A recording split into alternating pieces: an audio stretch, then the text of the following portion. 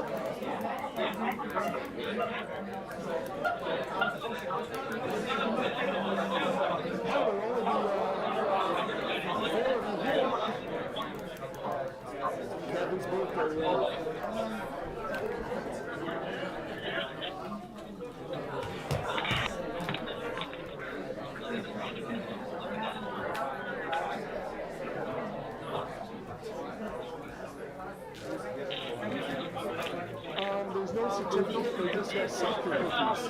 And they're just going to come out and it's just going to say something.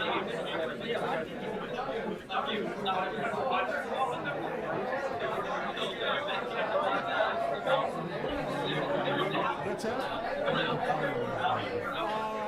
Yeah, probably doesn't know how to run it. Yeah. I was just trying to create space.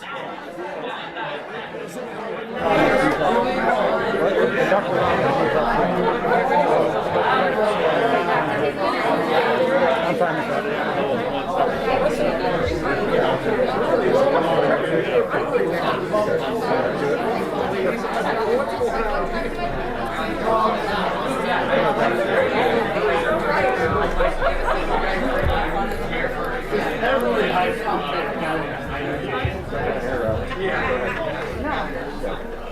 I forgot to call you, so you wanted to know.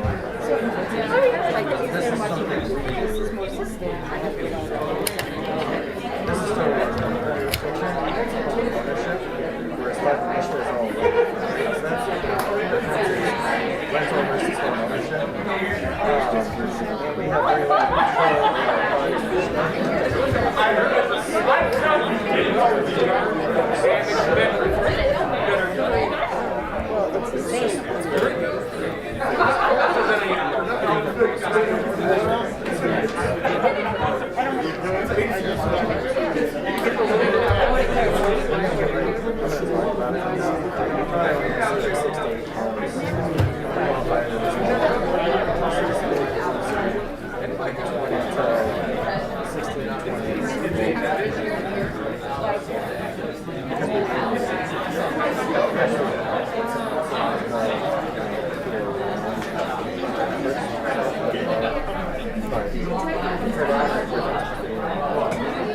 what?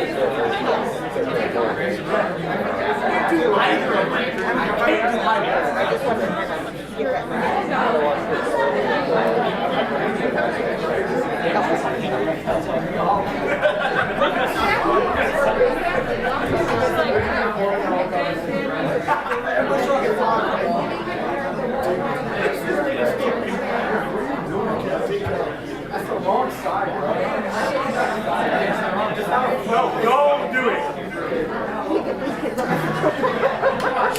You're fine. Yeah, Juana's we have a bell. Good evening, Mr. Steiger.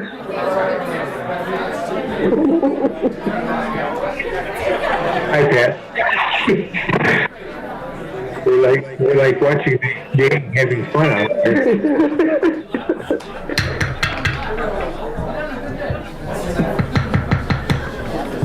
Hello? Okay. All right, we're about ready to get started, everyone. Go ahead, Ron. Call the meeting. You should all be able to see me and hear me, too. Is that right? Yes. Board members? Yes. Okay. All right, we'll call the meeting to order. We'll start with the Pledge of Allegiance.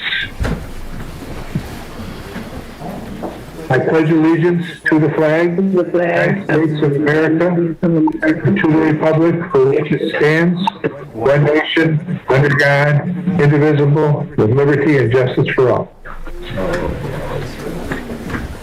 And with that, we'll have the clerk call the roll.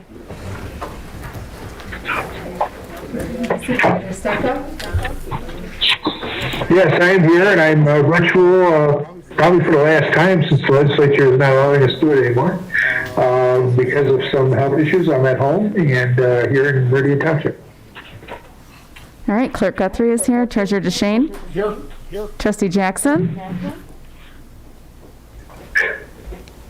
Trustee Jackson.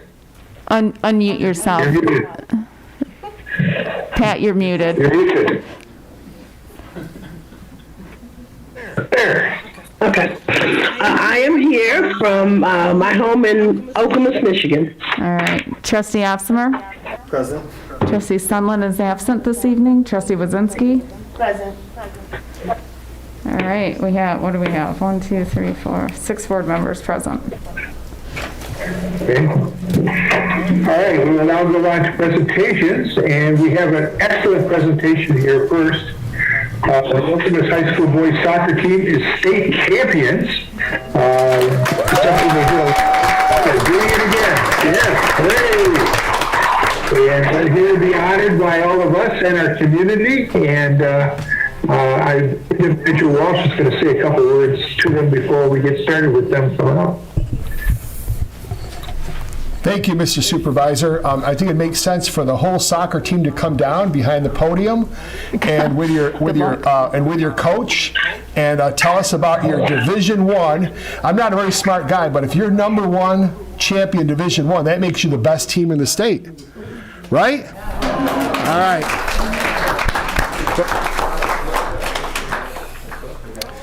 We want to hear all about your team.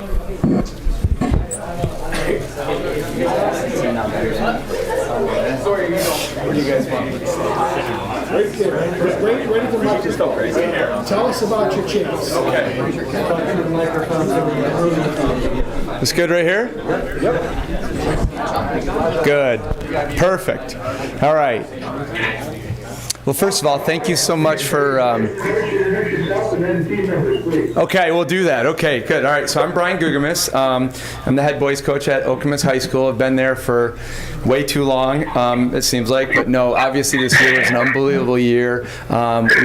We had so much fun. And, you know, it's funny, I've talked to so many people, whether or not they're just high school coaches or college coaches, and they just said there was something special about this group. And when you have a special group, you can accomplish special things. So I think it's probably going to be easiest. I don't know if you guys want to come up real quickly and just kind of say your name real quick, and then that way we can pop out. And then you want me to say a couple words about our team? Would that work good for you guys? Okay. All right. So guys, why don't you guys real quickly come on up and just say your name real quick? Okay, guys.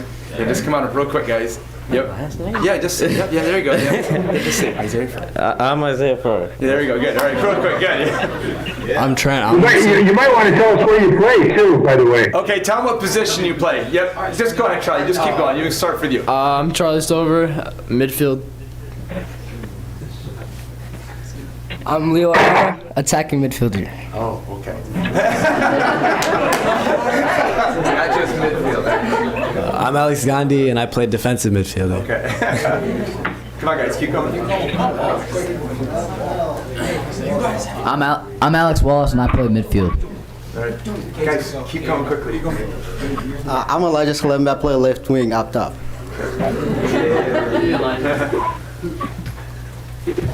I'm Caden Smith, and I play striker. Come on, Jonah. Come on, guys. Just keep coming. Nick, and then Isaiah. Just keep coming, guys. I'm Jonah Timblow. I'm a defender. I'm Nick Michael, and I was a winger. I'm Case Renford, and I play defense. Sawyer goalie. I'm Isaiah Tandock, and I play midfield. Irfan, let's go, guys. Hello. Irfan, forward. I'm Jack Kozier, and I play defense. I'm Ben Husson. I play midfield. Will Swihart, and I play midfield. Owen Brewer, I'm a forward. Aiden Atcliffe, I'm a defender. Selvin Russell. I'm an outside mid. George Mung, midfielder. I'm Owen Zimmerman, I'm a defender. I'm Isaac Friedoff, I play back. I'm Jack Ugamis, and I'm a forward.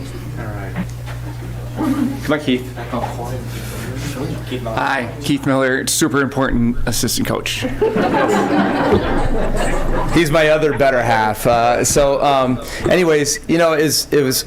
We're having our banquet or celebration this Thursday and everything. I know you're like, what took you so long? But the season obviously just sort of snowballed, and it kind of got to the point where it was just one thing after another. And I know some of the parents that are right here, I still think we all kind of pinch ourselves and go, did we really accomplish this in this group? And what's cool about this group is, first of all, I mean, we went undefeated in Division I, which is just. And Leo said something, which it's hard to believe, that said something before the season, said, I want to go undefeated. And we all kind of laughed and like, yeah, that'd be great. So do I. I want to be an NBA basketball player, but I'm not, right? And then when you think about the teams that we beat in the tournament, we beat like 5 ranked teams back to back to back, and so that was just, it just seemed like kind of one thing after another. And then obviously when we got to the state finals and played an unbelievable team in Anchor Bay who had only had 1 loss, and we're down 1-0 with 10 minutes to go, and things aren't looking great, and we scored a goal, and then Aiden hit maybe one of the greatest goals in the history of Okemos soccer, maybe the greatest goal in history in Okemos soccer, and then I said, we only got 7 minutes to go and we're state champs. And so it was really cool. But one of the cooler things that I think about this year is one of the coaches I've talked to as a college coach, and they said, I could just tell your guys were really good. It didn't matter, and not in terms of like their talent, but like what type of guys they were. And he said, when you guys scored, there was never, one guy who was acting out, by himself. It was like you could tell that everyone really wanted to sort of succeed. And obviously, that's a great message for everyone. Is that if everyone kind of plays their role, that's the greater good, right? And the guys recognized that. And so it didn't matter if it was this guy scoring or this guy scoring. Everyone was just all in, and you could see the pure emotion out in their face. But even more than that, I think, as well, is that I've been doing this my 20th year as a head coach, and this year I actually just got the data from our school in terms of like what our GPA is. We had 19 guys with a 3.5 or greater. Our average GPA on our team is a 3.64. And so, when you start thinking about the whole kid and what type of person they are, you get motivated kids that are not only motivated in the classroom, but they're motivated on the field and motivated to do well by one another. It all kind of ties together. So, when Michelle contacted me about you guys recognizing us, and I've been fortunate enough, I've won a couple of state championships, and whenever we've been able to have the honor of being recognized by groups like you guys, I always think it's the coolest thing in the world. So I appreciate you guys recognizing their hard work and everything, and it's been kind of a fairy tale. I know that word's been thrown around a lot, but you guys, we really appreciate the recognition and everything, and thanks a lot for having us. Thank you. Yep.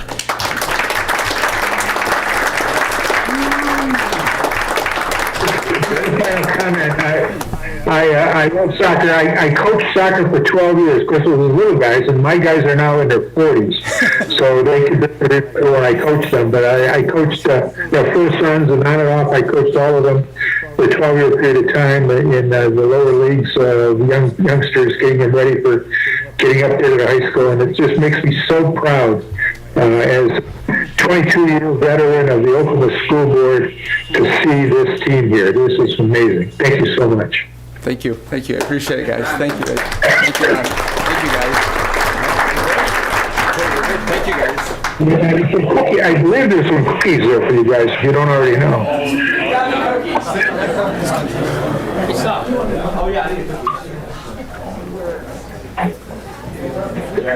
Okay.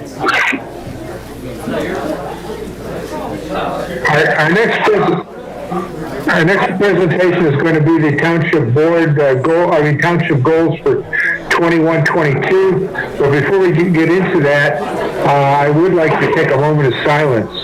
The moment of silence is for all of those poor souls that were lost with regard to this horrible weather, hurricanes, etc., down in the south in Kentucky, Illinois, and other places. And if we could just take a... Ron, go ahead and pause for a minute here while we let the room close it out. Okay, thank you. Good idea. I'll give you a few here when we're quieted down here.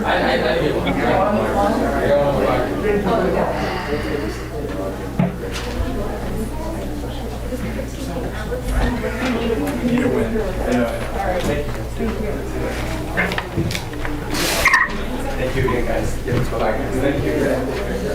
All right, so just one more moment here. Okay. We're about ready now? The floor is yours, Mr. Secretary. What I was saying is that we really need to take a moment of silence for the tragedy, the lost souls, the families, those who lost their lives, etc., with the horrible weather down south and also in Kentucky and Illinois, etc., with the tornadoes. And if we could just all think about them, and if for those who pray, maybe say a prayer.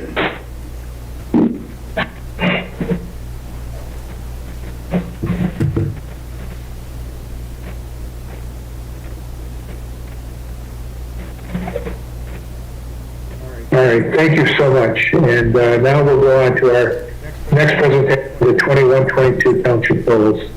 There's 2 minutes to lead us in this. Public comment?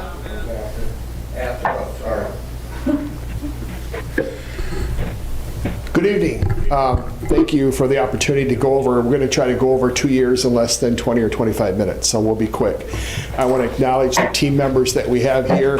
I thought the Okemos soccer coach talked about how if everyone is doing their jobs and their positions and their roles, great things happen, and it reminded me of everyone sitting at this table and everyone at the head table and everyone on Zoom. A year ago, the board set their 2021 action plan. I'm not going to go through all those because we'll go through them individually. Number one was about COVID and maintaining good customer service and helping our business community during COVID. As you know, the township assisted with local business grants through the EDC and through our Economic Development Office to the tune of about $500,000. Number two was our solar project, which is our 3rd year of our solar project, and that went extremely well, led by Manager Perry, and we installed solar at the service center. 3, diversity, equity, and inclusion. As you can see, we made great strides, especially in our police department, where 60% of our last 10 individuals hired in our police department have boosted our ranks to 25% female members.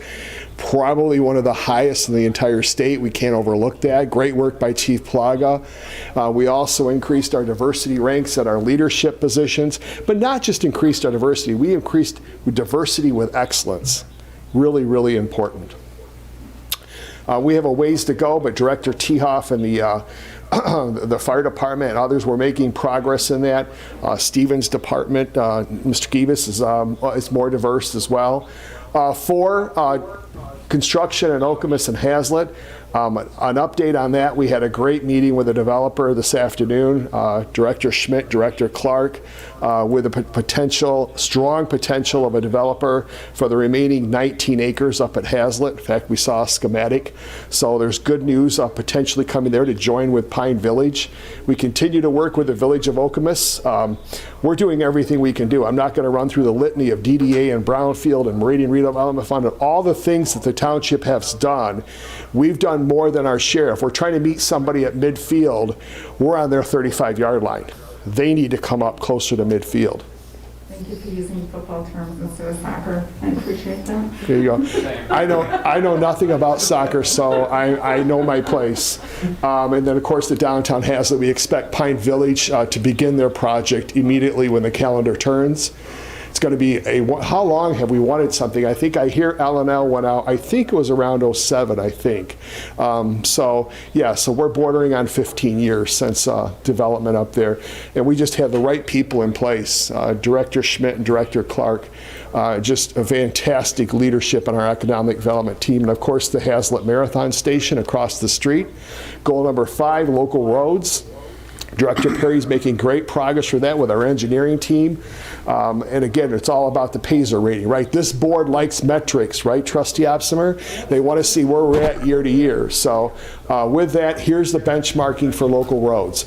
The blue is where we need to be to get to an 8. Remember, we were at a 4.35. We want to get to an 8 at the end of the year, at the end of the 10 years, right? Well, as you can see, our rating for the orange is where we are, blue is where we need to be. And so we're exceeding each of the first 2 years, we're exceeding where we need to be an 8. Goal number 6 is developing broadband in the township, and we're working with the county to make that happen. That's not going to happen overnight. It's going to take us a while to get there, but we are working on the road to make that happen and partnering with the county.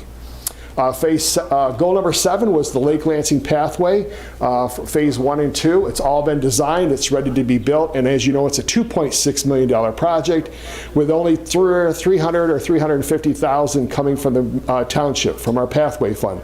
The rest is being funded by the county parks millage, and we just received a $300,000 grant from the Michigan Department of Trust Fund, DNR Trust Fund, to make that happen. So we're funding $350,000 out of a $2.6 million project. It's going to be a great, in fact, there it is. We're going to a great addition to our pathway system. Probably the largest enhancement to our pathway system as far. It'll take us from Shaw Street at the Music Hall at MSU all the way to Lake Lansing. And as you can see, some of the other improvements we made in the community. Goal number 8, the signage. We've not made the progress I'd hoped to on the signage. That's going to be a project that's forefront in 2022.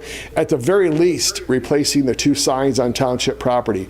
It's more difficult than what you think, maybe, to get this done, because for us to do the entry signs to the township, we're unlike cities where they can go put up where they want because they have erect the signs where they want because they have the right of way.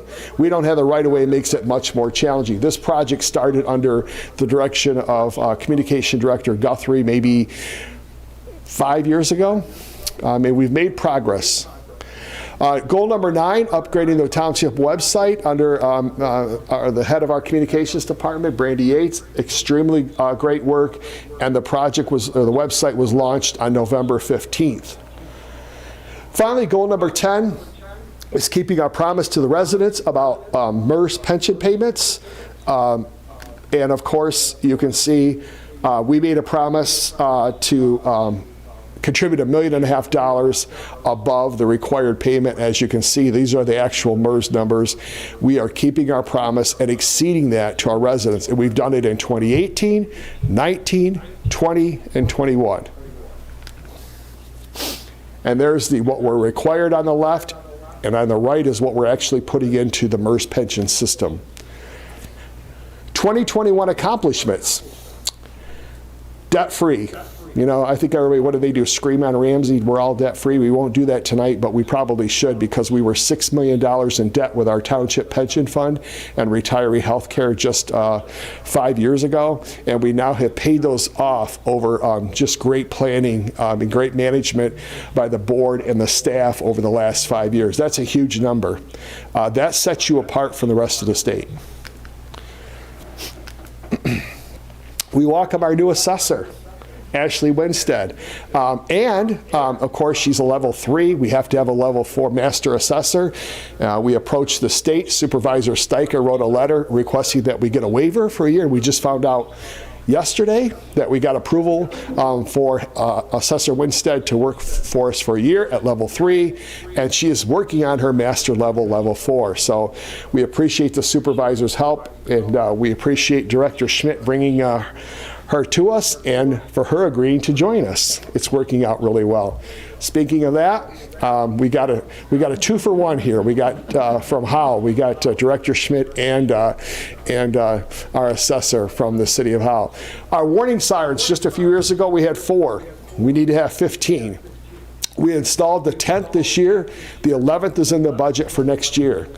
Home TV continues to be recognized on a regional and national level for their leadership, and this is Sam, who does just a tremendous job on our communications department. We updated the MUPD. That project had stalled, mixed-use plan unit development ordinance. That project had stalled for quite a while, not with Director Schmidt on board. It's now accomplished. Copper Creek up in Hazlet, the subdivision. First subdivision to break ground in Hazlet in a very long time. It's good to see. It's a beautiful neighborhood. Buddy's Pizza on Grand River, replacing the former Burger King. Trader Joe's, recently announced in the last week. We hope to see them erect their building in 2022, and they'll be located Northwind across from Whole Foods. This is a significant accomplishment for the township. They only come to the Ann Arbors, the Novis, the Birminghams, the Grand Rapids, and Meridian Township. When you're listed in that sets you apart from that. We got our retiree health care paid off, and we have Trader Joe's. We've had a tremendous year. But of course, that would be a tremendous year in most communities, but here we do so much more. The inaugural season of the Marketplace on the Green, tremendous success under Director Maisner and her team. Not only did we have farmers markets and that sort of thing there, we also welcomed the Hazlet High School homecoming dance. So it's a lot more than just a farmers market. Through the work of Trustee Jackson through LEAP and Director Clark and Director Maisner, we're able to receive the $10,000 art grant from LEAP, and we appreciate Trustee Jackson's leadership on that, and then our staff pulling that off. We unveiled the public art just about 4 weeks ago. The Kiwanis Youth Sports Pavilion, a great effort by Treasurer DeShane and the Kiwanis Club. I believe Manager Perry's the president of the Kiwanis Club. Their donation, their strong financial support allowed us to put up the artificial ice rink at the marketplace. Police accreditation, reaccreditation. Chief Plaga, of course, leading our police department in only the way that he can. And we're going to be recertified with our police accreditation. The deer management program has been enhanced. We've been averaging approximately 70 to 100 deer per year on a good year. Last year, 350 through an amplified program that begins on January 1. It's a firearm with baiting approved by the DNR. We surveyed our residents this year and asked them, do you want to see us continue the program? And 81% of the residents said yes. Hard to get anyone to agree on something at 81%. Great work at the Harris Nature Center. If you haven't been out, check out the new restroom and shelter. The new ladder truck, as we promised in 2007, we said we'd order it in 2021. We did. We're paying cash for it, and we should receive the new ladder truck in 2022. Great leadership by Chief Hamill. The most important thing is when we make a promise, we keep it. Recruitment, retention, and well-being. This is something that's we're jumping off the dock on, and again, setting us apart from most every community in Michigan. We're doing increased salary adjustments to all departments based on inflation and a number of things. We're going to a 4-day work week for January and February. And we're also offering a retention payment. And of course, we do lug nuts games, we do summer picnics, and we do casual wear, and we do a lot of stuff here. And I think our team really appreciates it. And here's some of the fun that we had this past summer in a wiffle ball game. The red team lost and the blue team won. I mentioned our citizen survey, diversity, roads, sidewalks, all of that stuff included in our citizen survey that was led by Director Clark. Also, Director Clark brought us our first ever, but not our last, Juneteenth event, and it was really well received by our community, and we appreciate her leadership. Don't just come in and do the status quo. Come in and improve things, and that's what she has done. The COVID hotline, although it's not as popular as obviously it was, thankfully, back in 2020. We continued into 2021 with operating that for assistance for people. That's been probably, again, something that sets us apart from other communities in the state. We responded 24/7 to our residents back in 2020. Powell Road repaving, or Powell Road paving, that's a project through a special assessment that's serving the Silverstone development, 28 lots off of Powell Road. Again, being bold, being the leaders, that's what we are.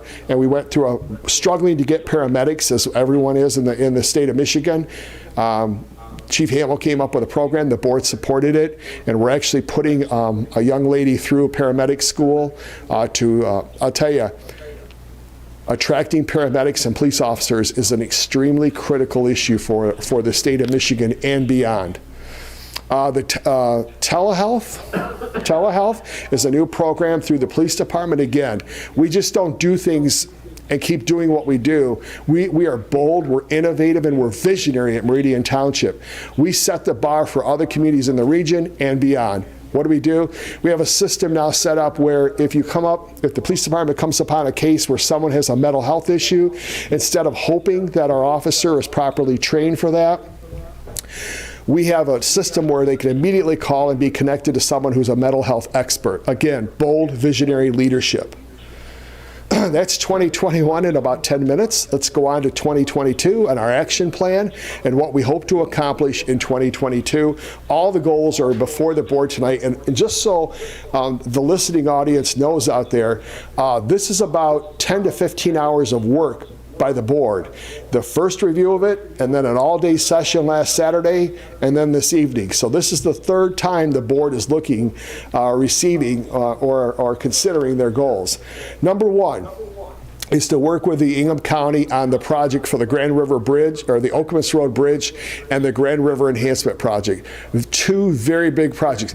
In fact, in some communities, if you did this and you did the pathway from Okemos to MSU, it would be a banner year. People would think we really got a lot accomplished. Well, here there's about 30 other things we hope to do in 2022. Goal number 2 is to continue our work with diversity. In fact, not only increase it, but make it on a regular basis. Make sure that it's a top priority in everything that we do, because it's extremely critical and it's extremely important that we not only hire talent, but we hope hire diverse talent. Goal number 3 is to continue our efforts up in Hazlitt and the village of Okemos. And right now, it looks like Hazlitt's way ahead of Okemos when it comes to these two projects, with both of the projects being, one being ready to go up in Hazlitt, the other could be in the forefront in January and February. And again, we hope to get the team moving on the other project. Goal number 4 is updating our master plan. It was approved by the board in 2017, and Director Schmidt will be leading us through a relook of the master plan in 2022. Goal number 5 is our forced solar project and a wetland campaign. It's all about the environment. We want to be more conscious, more consistent, whatever the right C word is, for our wetland efforts. But we certainly want to extend our efforts into 2022 with wetlands and recycling events at our 4th solar project. The location of that's yet to be determined, but the money has been placed in the budget and appropriated by the board.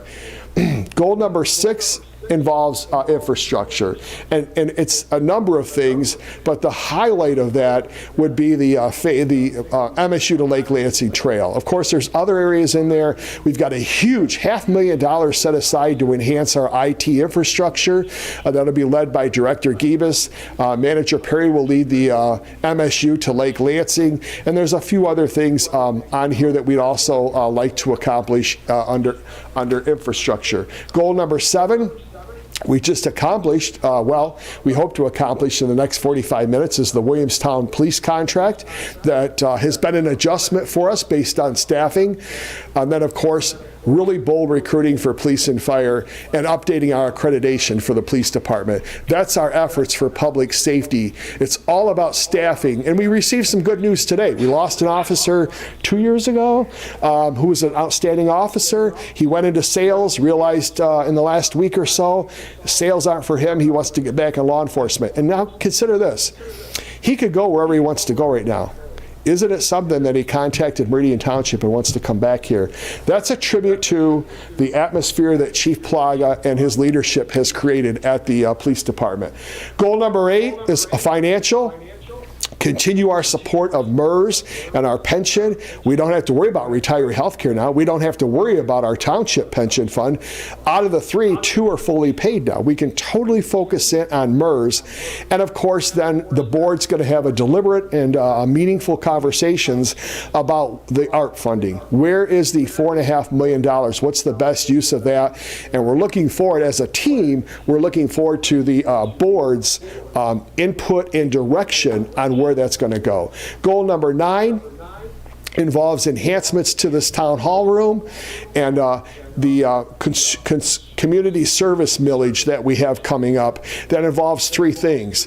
It involves community resource, which is through Darla Jackson, supportive of the community, a recreation program through Director Maisner, and 3, our senior center. Those 3 things, and it's a very small millage. It's like 1.14. It's not even a quarter of a mil that supports those 3 areas. So that millage, which I believe was 10 years, comes up in 2022. So we'll be paying attention to that. And goal number 10, again, is to continue our retention and recruitment program. We were 12 or 13 team members down just about 8 months to go, 10 months ago. We are now separating police and fire. We're down about 1 or 2 positions township-wide. Our recruitment and retention is working. People are hearing about the 4-day work weeks. They're hearing about the retention payments. They're hearing about casual wear. They're hearing about all the things that we're doing here. And again, it's a complete team effort. There's 2 years and about 20 minutes. So that's what we've done in 2021, and that's what we hope to accomplish in 2022. And that concludes my report. Thank you. Well, thank you. That was an excellent report. Thank you very much. As you said, it's a microcosm of the things the board itself has been looking at, talking about, discussing, and working on for several meetings now, including last Saturday. We met from 9 a.m. to about 2:30. So we are very much into this and are very appreciative of everything that the township has accomplished and looking forward to what more can be accomplished. We now come to citizens addressing, well, of course, are there any questions for the manager with regard to that report? Should I ask that right away? Okay, because of all the work we've been putting in, I guess. We now go to citizens addressing agenda and non-agenda items. And I believe, do we have a citizen there that wants to be called on, clerk? Yes, Mr. Supervisor, we have 2 green cards. Our first citizen is Mr. Michael Unsworth. Mike, if you just want to give your name and address before you start your public comment. Sure. All right, I will just, before you begin, let me explain. We're limited to 3 minutes for the citizen. We do not go back and forth with the citizen, but we may later on in our discussions bring up the items and discuss it. And we can certainly be answering questions later on, either through the manager or directly after the meeting or at a later date. We ask you to be polite, to address the board as a whole, not to name individuals if you can avoid it. And with that, I will then ask you to state your name and address and get going on your comments. Okay, before the 3 minutes start, can you, I have a map I'd like to have displayed. Is that going to be part of the 3 minutes? Okay, all right, I'll start. Sure, we can accommodate that? Sure. My name's Michael Unsworth. I live at 5948 Village Drive here in Hazlet. I'm representing the Tri-County Bicycle Associations. And frankly, I'm really glad that we had the report before this because there's some intersection of things that were mentioned in the prior report.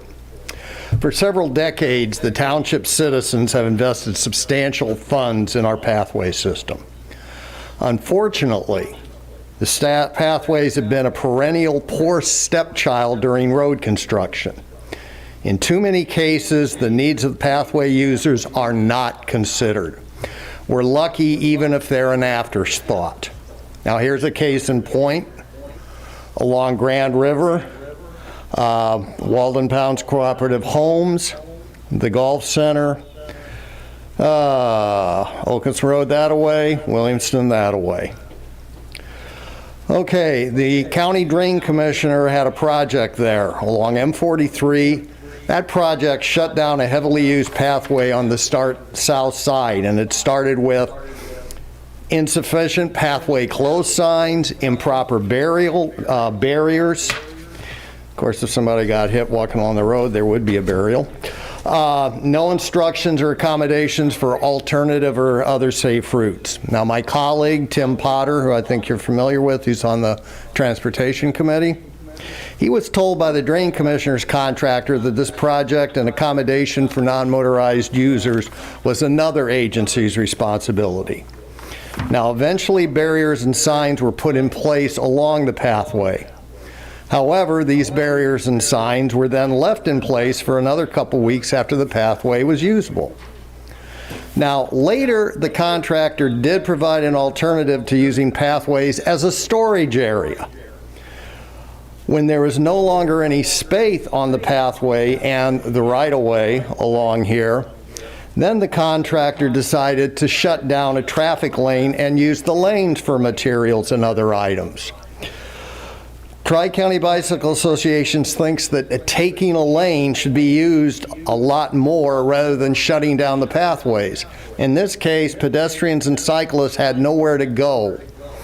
Not in the construction area, but if they wanted to go on the south side, yeah, they had to go into M43.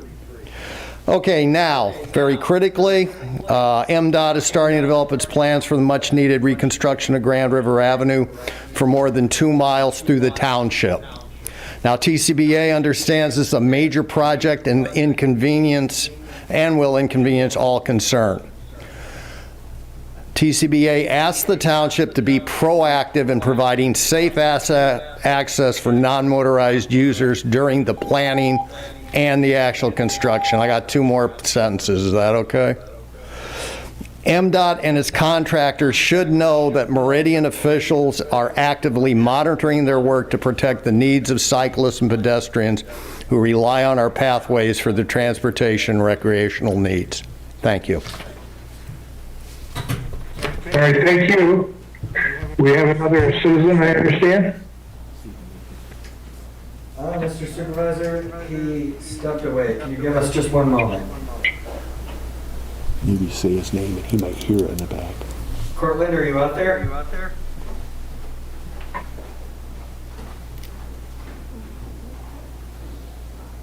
If not, I'll have to wait till the end of the meeting. Cortland should be on his way. Okay. All right. Give us just 1 minute. He's on his way. Okay, thank you.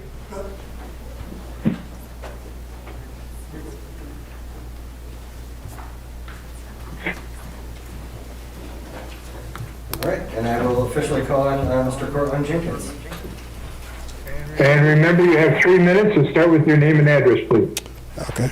My name is Cortland Jenkins, and I live at 2507 South Wadsworth Drive in Lansing, Michigan. So it's been an amazing 3 years that I've been here. I've learned a lot. But I also want to thank you all as well. And the reason that is, believe it or not, you guys taught me a lot. For example, wow. I'm sorry. Like, you guys do a lot for your community. Like, you know, just like the Okemos boys soccer team, like, y'all gave them recognition, but even during their championship game, you had the police department escort them to the freeway. And you don't really hear stories like that in the community. You know, I'll always remember that. And then you guys support businesses that are large or small. You guys have fundraisers, charities, and you know that kind of stuff will stick with you forever. I mean, I know it was just an internship, but at the same time, it's like I learned some real world stuff from you guys. So, you know, even though I did have experience prior to coming here with video editing, but you guys kind of visually brightened my, you know, mentality, and like my view is different on the real world when it comes to certain things. So I just wanted to say thank you to everybody for teaching me that while I was here. Well, thank you. It's great to see you again. It's great to see you again. Thank you so much. Thank you. Thank you, Cortland. Okay, do we have any other citizens? We do not have any other cards, Mr. Supervisor. Thank you, sir. Well, then we will move on to the township manager's report, and maybe he has a further report. I don't know. Just one thing, Mr. Supervisor, I'd like to publicly thank the BWL, our police department, our fire department, our regional partners for their very proactive and very responsible response to the train incident and the power lines and everything on Saturday. Their work was amazing, and our residents and many others benefited from it.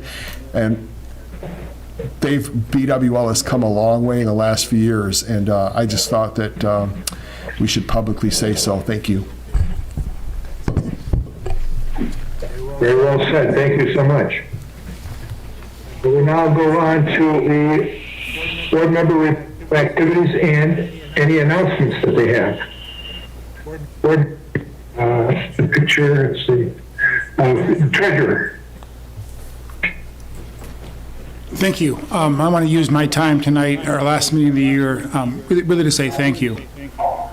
Thank you, first of all, to our 44,000 residents who have shown amazing resilience in the face of a second year of the COVID pandemic. They've managed it and coped with it well, and have been very brave in these tough circumstances.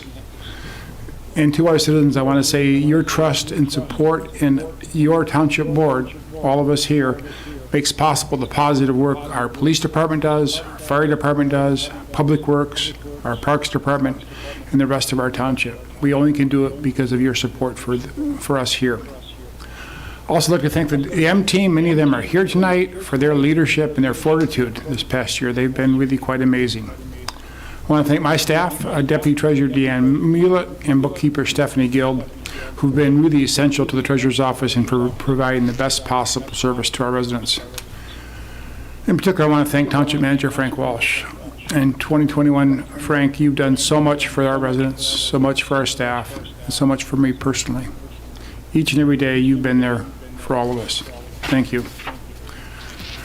2021 has been the hardest year of my life with the death of my daughter, Marianne, and so many in this community have helped me and my family get through this year. And I can't possibly tell you all how much you've helped me and my family cope with this great loss and how to carry on without her. In closing, I just want to say I'm so fortunate to live here in Meridian Township and serve the residents of Meridian Township and be part of our kind and very generous community. Thank you all.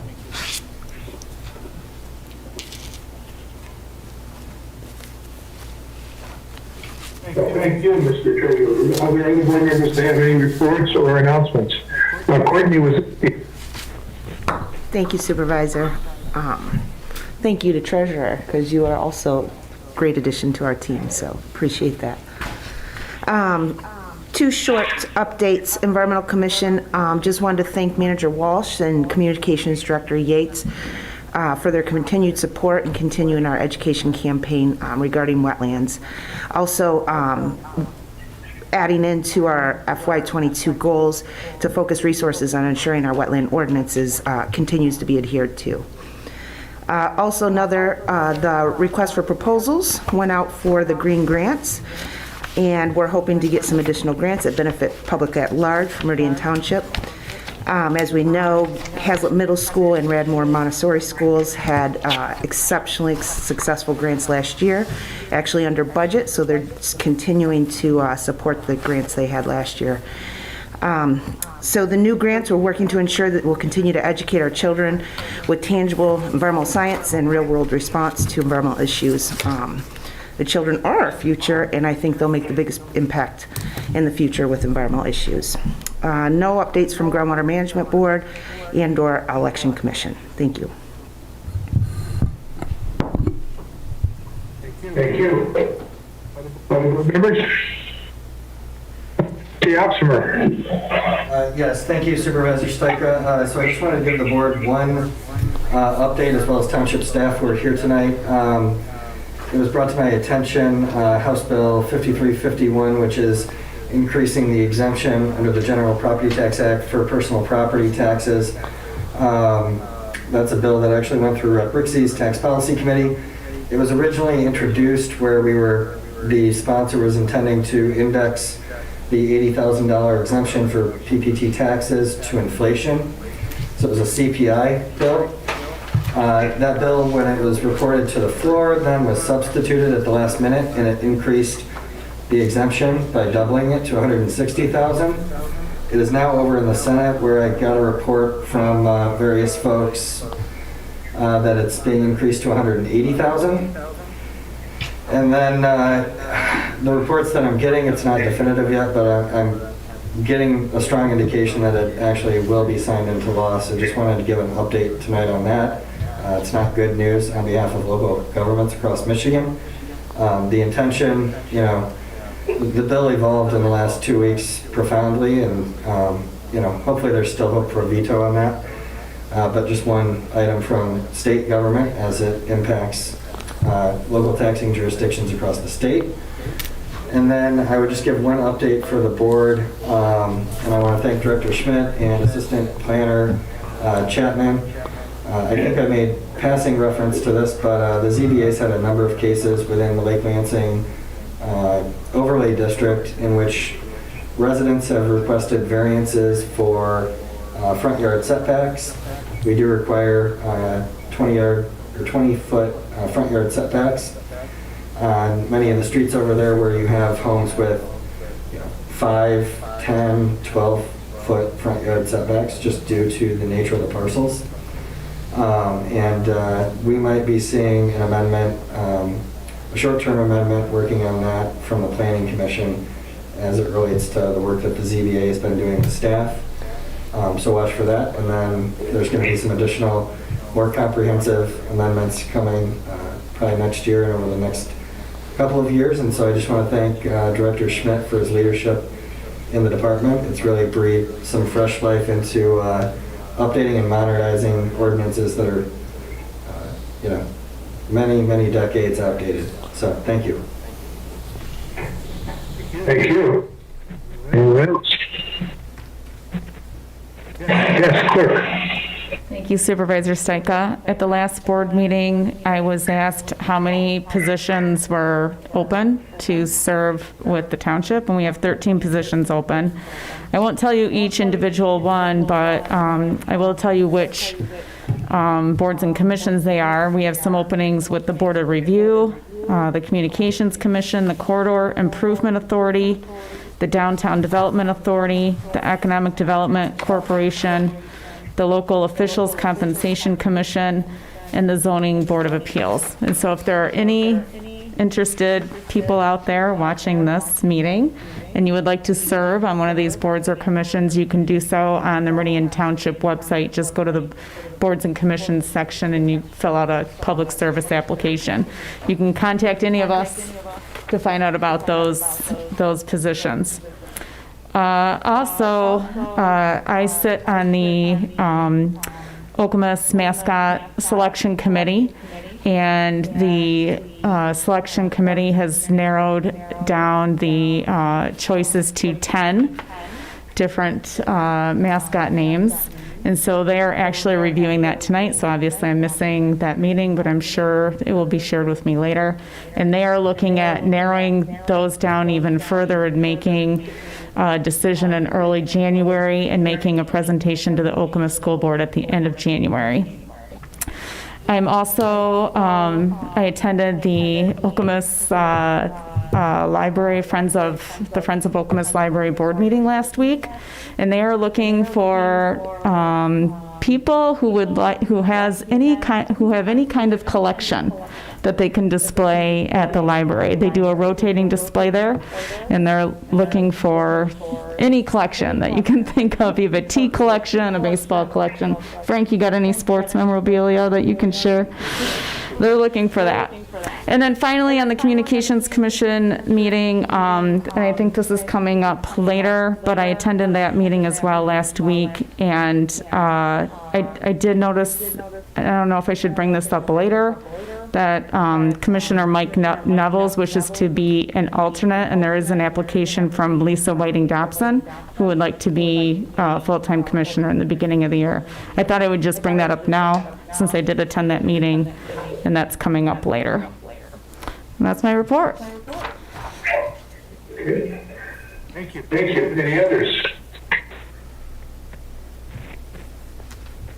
All right, then we're ready to move on, and our next thing is the approval of the agenda, and we have a request to move action item C, which is the poverty exemption guidelines, down to a discussion item. And so I would ask that when we move the agenda, we move it with that in mind or included. Trustee Opsman. Yeah, before I make a motion, I would just note that the clerk's office did update the packet online, so the public packet reflects the poverty exemption being item 13A, and I will move approval of the agenda. Support. Okay. That is true. The latest version did include that change. I'm sorry I mentioned that. Thank you. One second. Support. Ms. Wazinski, all right? All those in favor, say aye and raise your hand. Okay. Then we have the agenda approved. We will now go on to our consent agenda. The first one is communications, and one is minutes from December 7th, regular meeting, and the last one is the bills, which of course we have to authorize. Mr. Treasurer. I move approval of the consent agenda as presented. Support. Trustee Jackson. Support. All right, any discussion?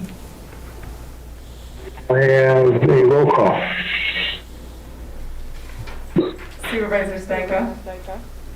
Yes. Clerk Guthrie votes yes. Treasurer DeShane? Yes. Trustee Jackson? Yes. Trustee Opsmer? Yes. And Trustee Wazinski? Yes. Okay, motion carries 6-0. Thank you very much. We have no questions for attorney or hearings, so we'll move on to our action items. The first one is a special use permit number 2100011, 2763 Grand River Avenue, Consumers Credit Union. Modification of special use permit for buildings greater than 25,000 square feet. Mr. Mo.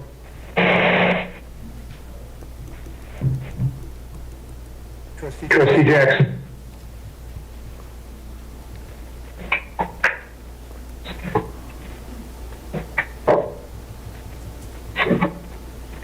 Pat, you're muted. I don't see a motion proposed. There's no motion. I can But I make one do- though. Resolution. Well, you can move to approve the, Resolution? yes. All right, then I will move to approve the resolution. I beg your pardon? No, that was it. I will move to approve the resolution for approval of the special use permit amendment. That's it. Support. Second. Supported by Trustee Opsma. Okay, do we have a presentation from Mr. Schmidt before we discuss? I have nothing to add. In other words, a week ago's discussion was enough for you. I'm happy to answer any questions the board has. Okay. Yes, the treasurer, please. It's been a while since I've been on the ZBA, so I'm not up on my sign ordinance regulations, but I'm assuming this sign does meet our current sign ordinance. Is that correct? It will require planning commission action to allow the LED message portion of the sign. Okay, but the sign itself is in compliance? Size and location are in compliance. Thank you. Trustee Amsler. I will just say that this is a much better use of the existing site. Right now it is predominantly impervious surface parking in the northeast corner of the Hobby Lobby parking lot. So this is certainly a much better land use, and we do create kind of a green space bubble there. I do appreciate the applicant working with the Planning Commission on reconfiguring the site. And Chair Hendrickson had actually called me when he was reviewing the packet. I thought his idea sounded good, and overall I think we've got a pretty good site plan here, so I'm happy to support it. Anything to add, Trustee Jackson? No, except maybe the specifics. The location is at the corner of Grand River, and that is, that street is Northwind. Northwind Drive. Northwind Drive. And the reason this issue is for us is that we are making an amendment to a special use permit that was approved in 2000 to allow for buildings greater than 25,000 square feet. Correct. Anything further? We're ready to vote on this? Oh, yes, treasurer. Just to clarify, the building itself is not greater than 25,000 square feet, but the entire complex is, and that's why it's before this board, correct? Correct. The original approval was for a building larger than 25,000 square feet. This property was included in that original approval, so you're essentially amending that original approval. Thank you. Yeah, we had that explanation last week. This really is a very small portion of it. Okay. Do we need a vote? Guthrie votes yes. Treasurer DeShane? Yes. Yes. Trustee Jackson? Yes. Trustee Opsimer? Yes. Trustee Wazinski? Yes. Supervisor Stajka? Yes. Motion carries 6-0. Thank you. Thank you. Okay, we're now move on to B, which is the Williamstown Township Police Contract. This is Williamstown Township, not Williamstown. Who wants to make the motion? Treasurer. I move to approve the agreement to continue providing law enforcement services to Williamstown Township beginning January 1, 2022 through December 31, 2024 for emergency and non-emergency responses outside of 40 hours. I'm sorry, non-emergency responses outside the 40 hours of weekly patrol, and to authorize the supervisor and clerk to sign the agreement. Support. Supported by Wazinski here first. All right. Chief Flogger, do you want to tell us about this contract? Well, we reduced the number of hours that we were providing patrol. We were providing 80 hours, but with staffing crisis here at the police department and working with their supervisor and manager Walsh, we were able to come to a 40-hour agreement. The contract does have a provision that if the two entities do choose to increase or even decrease hours of service, that if both entities are agreeable, that we can do that. So it gives us a little bit of flexibility to work within our staff. So it's been a great relationship thus far, and we are happy to continue providing service to the level that we can without impacting service here in the township. Correct me if I'm wrong, but I believe that the county sheriff was not really finding it very convenient to police the area, very difficult with his staffing, et cetera. And Williamstown itself is a small force, et cetera. So we are the best port in the storm, so to speak, and we have been cooperating with Williamstown by providing this for some years now. Is that correct, Chief? That is correct. Initially, it went out for bid, and we were selected. The township did seek bids the last renewal, and no other entity even provided a bid because of staffing shortages. Okay, thank you. Anyone else have anything to say on this? Treasurer. So Chief, the net effect of this would be in 2.5 weeks, we'll have one more sworn officer available to the residents of Meridian Township. Is that correct? If we're providing one less to Williamstown Township, we'll have one more available for Meridian. Right, that's 80 hours more availability here within the township. And one of the things that I try to stress is that if there's an officer that's working in Williamston and something happens, on Meridian Road on the Meridian Township side, that doesn't mean that that officer doesn't come and help. What it really does is it helps us bolster our staffing levels so that we have more officers on the road for those critical incidents when we do need more, and we're not waiting for state or county officers to get here from well outside the area. Okay, thank you. Any other comments? Discussion. Jackson, Ms. Jackson.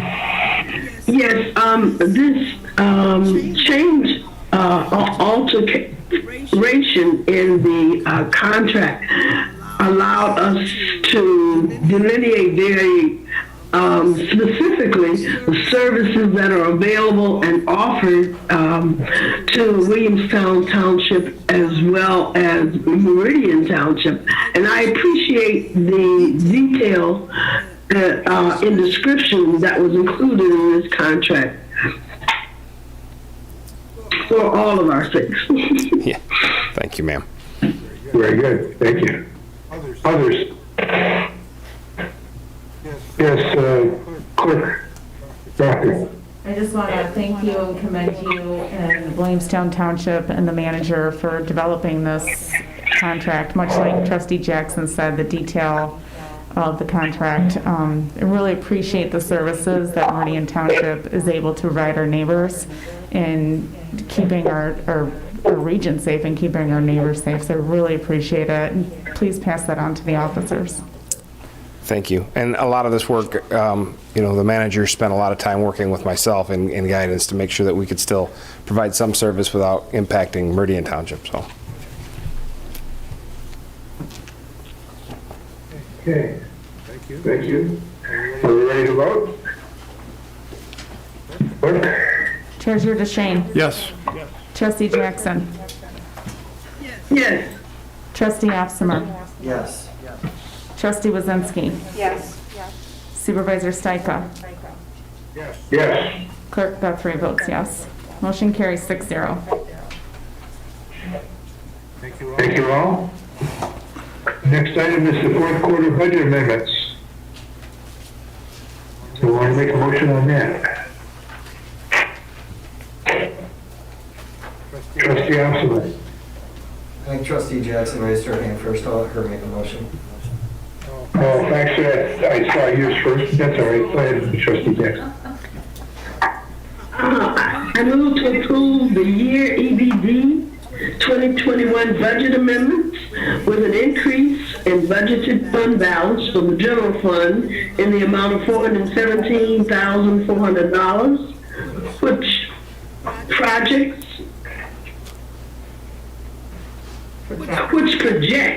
a use of fund balance of $690,085. Based on 2020 results, the projected fund balance of December 31, 2021 will be $9,573,700. Thank you. Mr. Support. Support. Support? Who said that? I didn't see. Clerk. Okay. Ms. Jackson, you want to comment, or should we hear first from our director? I was just going to thank Trustee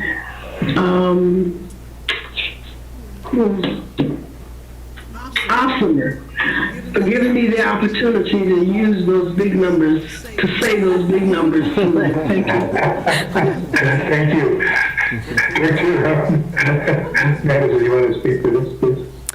What you have before you is our year-end budget amendments. Just a general overview for the revenue side. We're adding back $350,000 in state revenue sharing, some recycling. We weren't really planning on a recycling event, but we were able to do one, and we've received revenue from that. Some reimbursements from fire and police, along with payback funds from the parks into the general fund. And those increases are offset with some expenditures, kind of listed there, multiple different things from the treasurer's pensioning, the recycling event, which offsets the revenue that we brought in.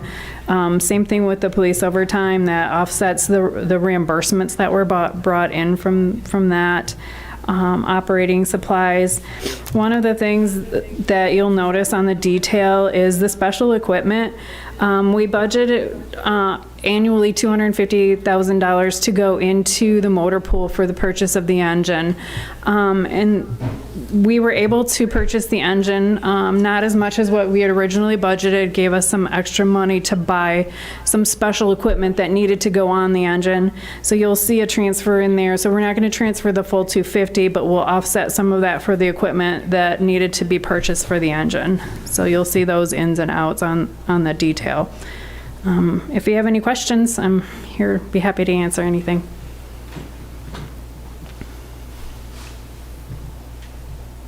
Okay, are there any questions? Besides, no, Treasurer, go ahead. I think the motion, I think the correction it was the year end 2021. Is that right? Is that correct in that Yeah, year, EBD? yeah, it's supposed to be year end 2021, sorry. And then in a discussion that you and I had earlier today, the one concern I had was about the refunds of $75,000, and you explained to me that that was actually the first payment on the IDE court settlement. Is that correct? That's correct. That $75,000 that you'll see under the sewer fund, it'll say refunds. That is that first payment for this year. Thank you. Okay.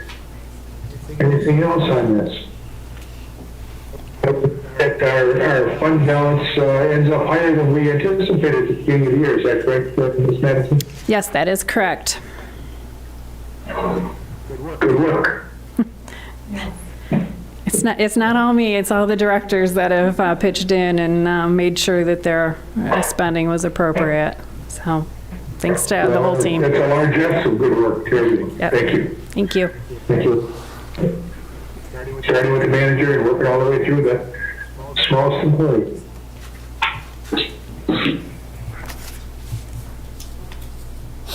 Ms. Madison is frozen on my screen, but everyone else seems to be okay. Oh, no. Okay, good. Nice to see you moving, yeah. All right, I guess we need a vote then. Trustee Jackson? Yes. Trustee Ofsmer? Yes. Trustee Wazinski? Yes. Treasurer DeShane? Yes. Clerk Guthrie votes yes. Supervisor Stajka? Yes. Motion carries 6-0. Thank you very much. We move on to the 2022 goals. Something, as we said earlier in the meeting, we spent a lot of time on, including one session on Saturday. And we have what the manager understood us to have decided on Saturday. And I'll start with a motion. Ms. Wazinski. I will do that. I just have to find it. Okay. I move to approve the 2022 Meridian Township Action Plan as developed by the Township Board and Administration. Support. What about Ms. Jackson? Discussion. Do we want to hear from anyone, or do you want to speak first, Ms. Wazinski? I can just say that, as said before, there was a lot of time and effort, not necessarily just from the board, but from the manager and from the department and staff. So that went into developing these goals. I think they're lofty, but given what we did in 2021, I feel that we are set in a good spot. Also want to appreciate the openness of the manager and the board to make amendments to the proposed goals. And I'm feeling positive about 2022.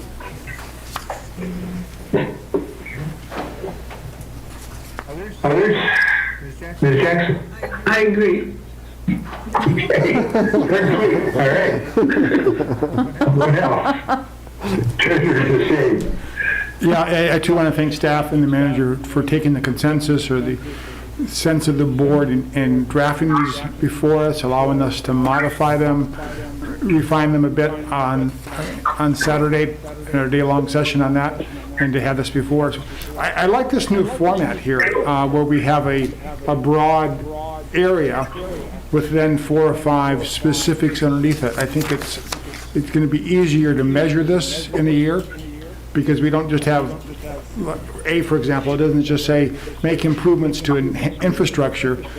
It outlines that as a category and then gives us 5 specific areas in which we can measure what we've done in the year ahead, because we know we're not going to hit all of these. As Trustee Wazinski pointed out, it's a very lofty set of goals, but we've set it out there. This is what we intend to do, and barring the pandemic getting worse or other supply chain issues prohibiting us or other unforeseen circumstances, this is our intention to get to these goals, to achieve these goals this year. It gives our staff a very specific action plan as well. So I like this new format. I think we'll get good data back from it, and I think we've got a lot of work ahead of us in the next year. Well, we mentioned good goals are specific and they're also measurable, and it seems like the format helps us with that. Ms. Guthrie. I was just going to ask the manager a question. First, I appreciate everyone's time on Saturday to be here, the directors and the rest of the board members, to review the goals. It was a very beneficial and useful day. I found it most beneficial. In the township finances section, because we did spend quite a bit of time reviewing the goals, we did not have a chance to discuss the art funds. And so I can't recall when we stated that we would be talking about that again, if you could refresh my memory. Sure, yeah, that was a discussion at the very end of the day after about 6 hours. So, Right. And it was a short conversation. The general consensus of the board is let's take our time. There's no timetable. It might be January, February, March before they start the discussion. And we're going to bring in an expert who has experience, or has not experience, but has knowledge in all the who, what, where, and why about what you can and can't do with art funding. So before we go off on a path where we're not really sure about what we can and can't do, we'll bring in an expert that will help educate the board, and then they can, from that point, jump forward in their discussion. Thank you. I'm glad I asked. I did not remember all that. Yeah, that did come up in pretty much in that way, although it was very late at the meeting. And the thought was that we do have some more time, but we still should all be gathering our thoughts and our processes of what we think should happen with those funds. That'll all part of how it happens. Okay. Anything else? We're ready for a vote to adopt our goals, which are actually an action plan this year, more than just goals. Trustee Afsemer? Yes. Trustee Wazinski? Yes. Trustee Jackson? Yes. Supervisor Stajka? Yes. Clerk Guthrie votes yes. Treasurer DeShane? Yes. Motion carries 6-0. Thank you. We now come to some board and commission reappointments. These were not on the list last time. And there might be change something here. Ms. Guthrie, did you want to make a recommendation there? My recommendation, Mike Nevels wishes to be an alternate commissioner starting next year, and that is a 1-year term. And so I don't know if you wish to just make a recommendation at the beginning of the year for when you're doing the new appointments for him, or if you want to do that for him now. We have to change this motion in any event, because at least we're not reappointing Mr. Nevels from what you had told us. Can we just strike him out of this when we do the motion? Yes, that would be fine. Okay. Mr. Hopsman. Yeah, so I'm just going to go through one at a time to make it orderly. I move to reappoint Brian Siepel to the Communications Commission for a 3-year term ending 12/31 of 2024. Support. Very good. Supported by Ms. Wuzinski. Guthrie. What was the clerk? I'm sorry. Okay. Sometimes hard to tell voices. Go ahead. Any comments? No comments. All right, all those in favor, if you raise your hand and say aye. Aye. Aye. Any opposed? Okay. Next is another motion. Do we have someone to read that one? Trustee Opsimer. Trustee Opsimer again. But Mr. Nevels does want to be appointed to a 1-year term as an alternate. Okay. So I will move to... Oh, no, let's do that. Let's do that right now. Yep. Go ahead. I will move to appoint Mr. Mike Nevels as an alternate to the Communications Commission for a 1-year term ending 12/31 of 2022. Support. I don't really think we need to discuss. All in favor, say aye or raise your hand. Aye. Aye. Okay. 6-0. Now we go on to the other one. Please make that motion. Ms. Wuzinski. I'll move to confirm the supervisor's reappointment of Carla Hudson to the Transportation Commission for a 2-year term ending 12/31/23. Support. Support. By Ms. Jackson. Support. Yes, I said that. Yes, thank you. Anything? You just... We'll have a vote. I just, Supervisor, if you don't mind, just again thanking our residents to be a part of these commissions and boards, knowing we've got vacancies, knowing how much time and effort it takes, and we really appreciate it. It's valuable to the community. Mm-hmm. You are absolutely correct. All right, then all those in favor say aye and raise your hand. Aye. Aye. Okay. And we're done with our board and commission reappointments, and we'll see more appointments in the, et cetera, in the early part of the year as we fill in vacancies. I'm glad that Ms. Guthrie mentioned that the various vacancies are. We continue to look for people, although we do have some applications on file. But we need more. Okay. We now move to discussion items, and our discussion item is the poverty exemption guidelines. Who would like to start this discussion? Mr. Opsimer? Yeah, so I'll just give a quick overview here of what we discussed at the last meeting for Trustee Jackson, who couldn't be with us last meeting, and where we are at today with the revised proposal in the packet. I want to first just kind of back up and talk broadly about what are we trying to achieve here. And so this board has discussed many times about its desire to see more affordable housing in the township. Affordable housing takes on many shapes and forms. We have Section 8 HUD, or Section 8 housing. We have HUD housing. We also have like the MSHDA tax credit housing like Voda Cooper that's going in behind the Whole Foods. And then we also have the poverty exemption, which allows some affordability for low-income home ownership. So again, we're talking about people who do own the home in some shape or form. And so with the board's desire, and oftentimes, we're left kind of just waiting at the discretion of the private sector, and right now we know that the private sector is not going to yield affordable housing outside of Section 8 or MSHDA tax credit housing projects. And we also know that we often don't get a lot of those relative to other communities due to land values in the township, right? So that's a barrier here for us. So this is one way in which we actually do have control over providing affordable housing to homeowners. And so just to back up and revisit where we're currently at in 2021, we use a 1.35 multiplier on the federal guidelines for income and assets. So basically, our income and asset limits are 135% higher than the federal guidelines. And the federal guidelines are updated annually. And so at the last meeting, we had a 2-tier plan for expanding it. And that original memo is in the packet, as well as the table that contains the comparison to other communities in Washtenaw County, which has taken a very close look across their local units of government. And in consulting with staff and Manager Walsh, I have prepared a revised proposal in the packet, but first I just wanted to walk through some of the questions that board members had at the last meeting. So one of the questions was whether or not land contracts qualify.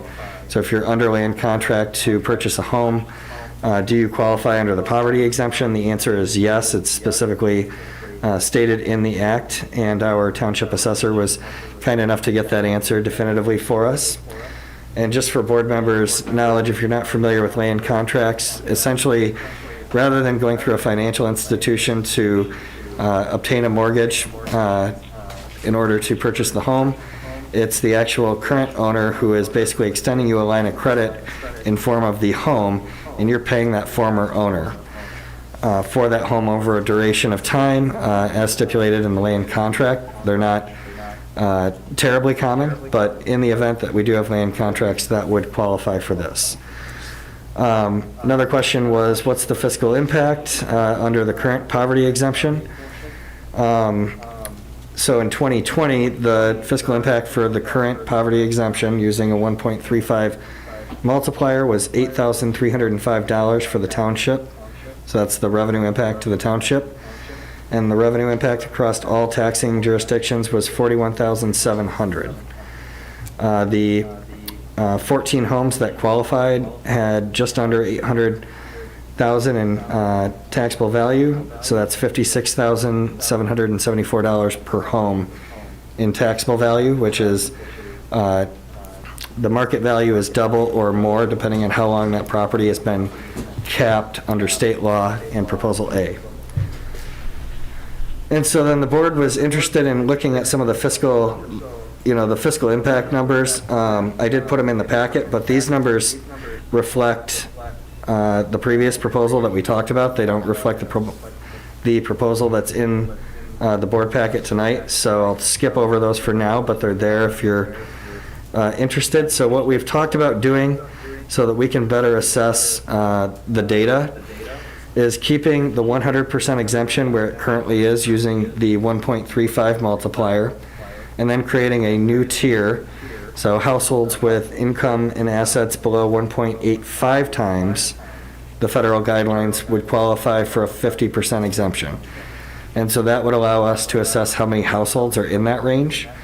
I don't think it's going to be a significant number of them, but unlike a city with an income tax, we don't have, income tax data to really extrapolate. All we could do is really look at other communities with similar multipliers and similar demographics, and to kind of extrapolate on a population or a housing stock basis, how many homes we could expect to qualify. So I suspect we could see anywhere from 6 to a dozen homes qualify under this plan for the 50% exemption above the current 14. And I guess I don't really have anything else to share other than it's a first step. And then we can reassess next year, and there's multiple options that we could pursue. We could consider raising the exemption percentage for the existing new tier. You could build a 25% tier off of it, so it gives flexibility in the future as to what the township may or may not pursue doing. And I would just ask if our assessor had anything she would like to share on this. Assessor? No, I don't have anything else to share at this time. She's here for questions if you got them. Gregor. As you can hear from this discussion, this board sees raising this exemption as a tool to make more housing affordable or allow people who are having issues with affordability to stay in their homes. In your experience as assessor in other communities, have they tried that, or is this a unique approach to using the poverty exemption? I think it would be a unique approach if you were trying to bring in new families. I haven't heard of very many communities doing that, but using it as a way to keep a house affordable for somebody in a situation that's maybe changed, a spouse has passed away, a divorce, something like that, other communities are doing it that way. Okay. Thank you. Okay. Anyone else have a question? Thank you, Assessor. Does it look better? Okay. Any other discussion of this? This is something we will definitely looking at doing early, well, our next meeting in January, I suppose. Well, as in the future, if we do decide to go this route. Ms. Jackson. Yes, can I get Mr. Osmer to repeat for me the difference between his original proposal last week, which I actually watched, and the change in the proposal this week? Yeah, so let me walk through it this way.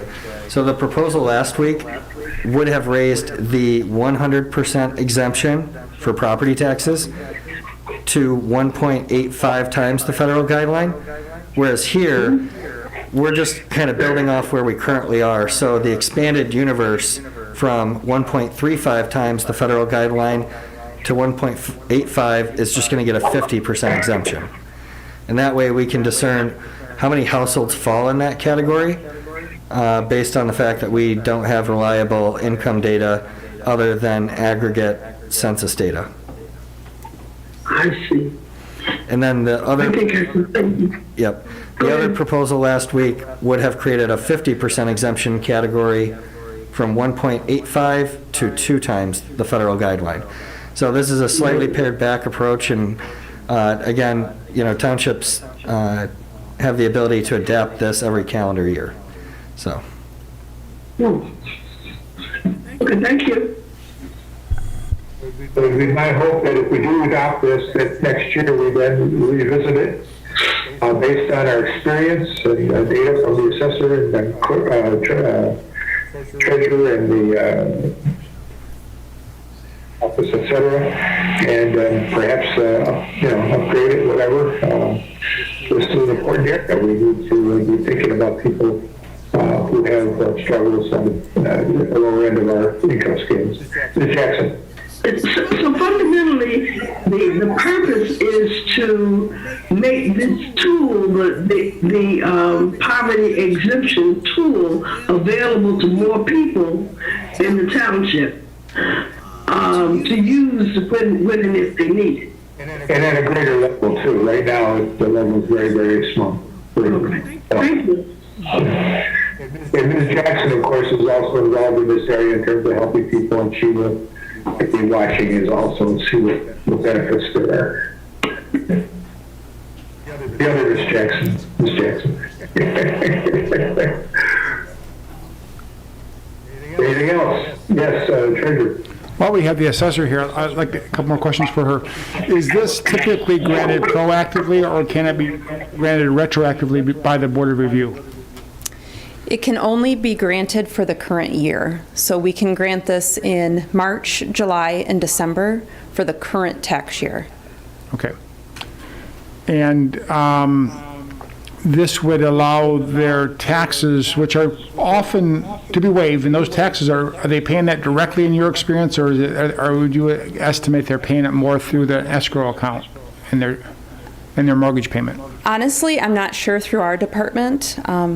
That would actually, I would defer to your department for that, because I don't know if most of them are escrow. We just either approve or deny, and then we send everything to the treasurer. We know that township-wide about 40% of our residents pay through escrow, but we're looking at a very targeted segment of our population here, and we don't know yet if that population pays at a higher rate of escrow or a lower rate. My guess would be a higher rate of escrow, just by the nature of the way mortgage companies work, that they don't like to take any risks at all with that. I guess I'm pointing this out just to say that while we think of this as a tool to increase affordability of housing, and it can meet those needs. It's a very cumbersome tool.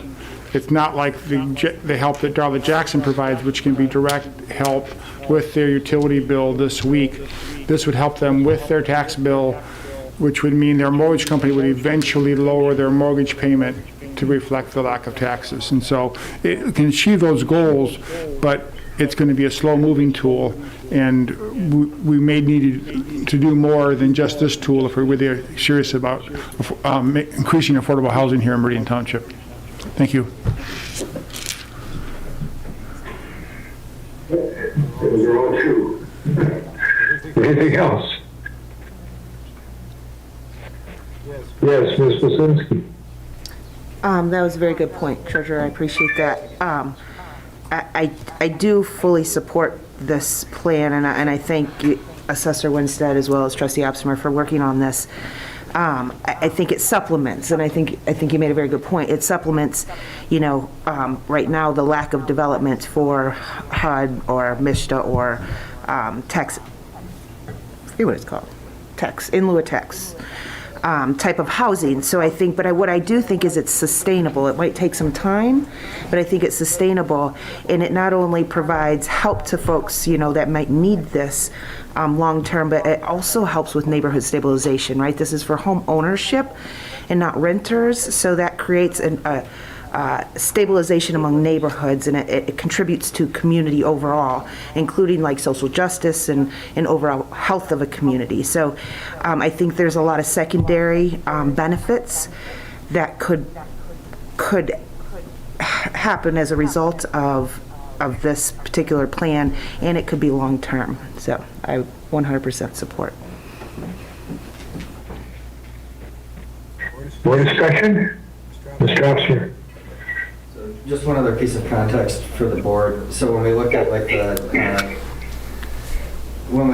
the Section 8 housing voucher offered through the Michigan Department of Health and Human Services, that waiting list is closed more often than it's even open, and that's just a waiting list. So just to get on, so if you're one of these families struggling to pay the bills, and we also made it a much more rapid pace to go through tax foreclosure. It used to be 5 years to go through tax foreclosure to lose your property. It's now 25 months due to changes that the legislature has made. So for these families, if they lose their home, their options are pretty limited. It's not easy to find affordable housing because there's a limited supply of Section 8 in MISTA housing, and the housing choice voucher is essentially closed throughout most of the year. Right now, Wayne, Washtenaw, and Kalamazoo have the waiting list open out of 83 counties.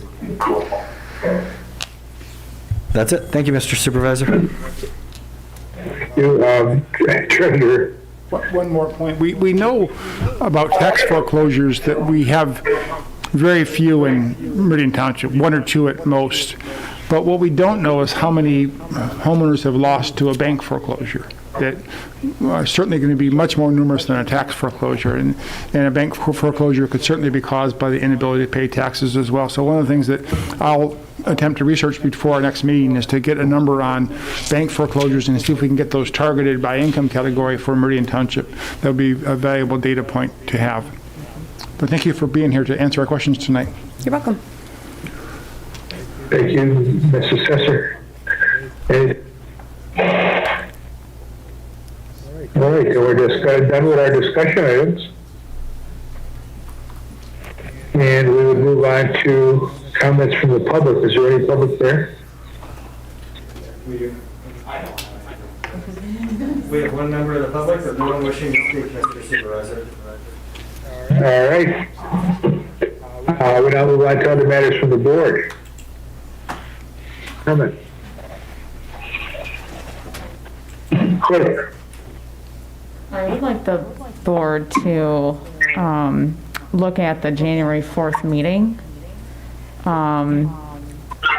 The packet for that meeting would be due on a Wednesday, on the 29th, because we have Thursday and Friday off for holidays on the 30th and 31st. And I'm not sure if the board would want to look at something maybe not having the meeting on the 4th, or I don't know if that's something that you talk about, if you've done that before, or. Well, we can certainly talk about it, and we have done it before. I want to ask the manager, because I don't have it right with me at this moment, what meetings do we have scheduled right now in January? Do you know? I don't have my other book in front of me, but I would guess it would be January 4th and January 18th. And then typically, I think it's in February that we do there's the joint meeting and all that, but I think in January there's just two, the 4th and the 18th. I think Mr. Officer may have our answer. Yes. That is correct. And then we have the joint meeting of the boards and commissions on January 25th, which is our standing fourth Tuesday for that meeting annually. So we do have that in January. Yes. One thing you could consider, Mr. Supervisor, if the board elects, is you could eliminate the 4th. You could go on the 11th and 25th, start your meeting on the 25th with your joint meeting, if you're going to even have that this year. But you could just move your meetings to the 11th and 25th and start the 25th early enough to do your business and then go into the joint meeting. But with what's going on in the world, I don't think there will be probably won't be a joint meeting on the 25th. And so you could go the 11th and 25th and do away with the 4th. That's an option before you, sir. Okay.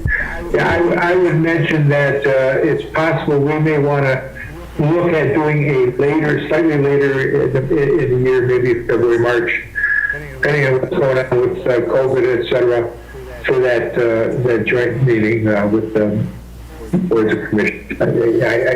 Mr. Officer? Yeah, I will move to cancel the January 4th meeting and move the January 18th meeting to Tuesday, January 11th at 6 p.m. in the town hall room. Okay. Any discussion? Yep. All right, no discussion. All those in favor, raise your hand or say aye. Aye. Aye. Okay. All right, so we no longer have a meeting on the 4th, but we do have a meeting on the 11th.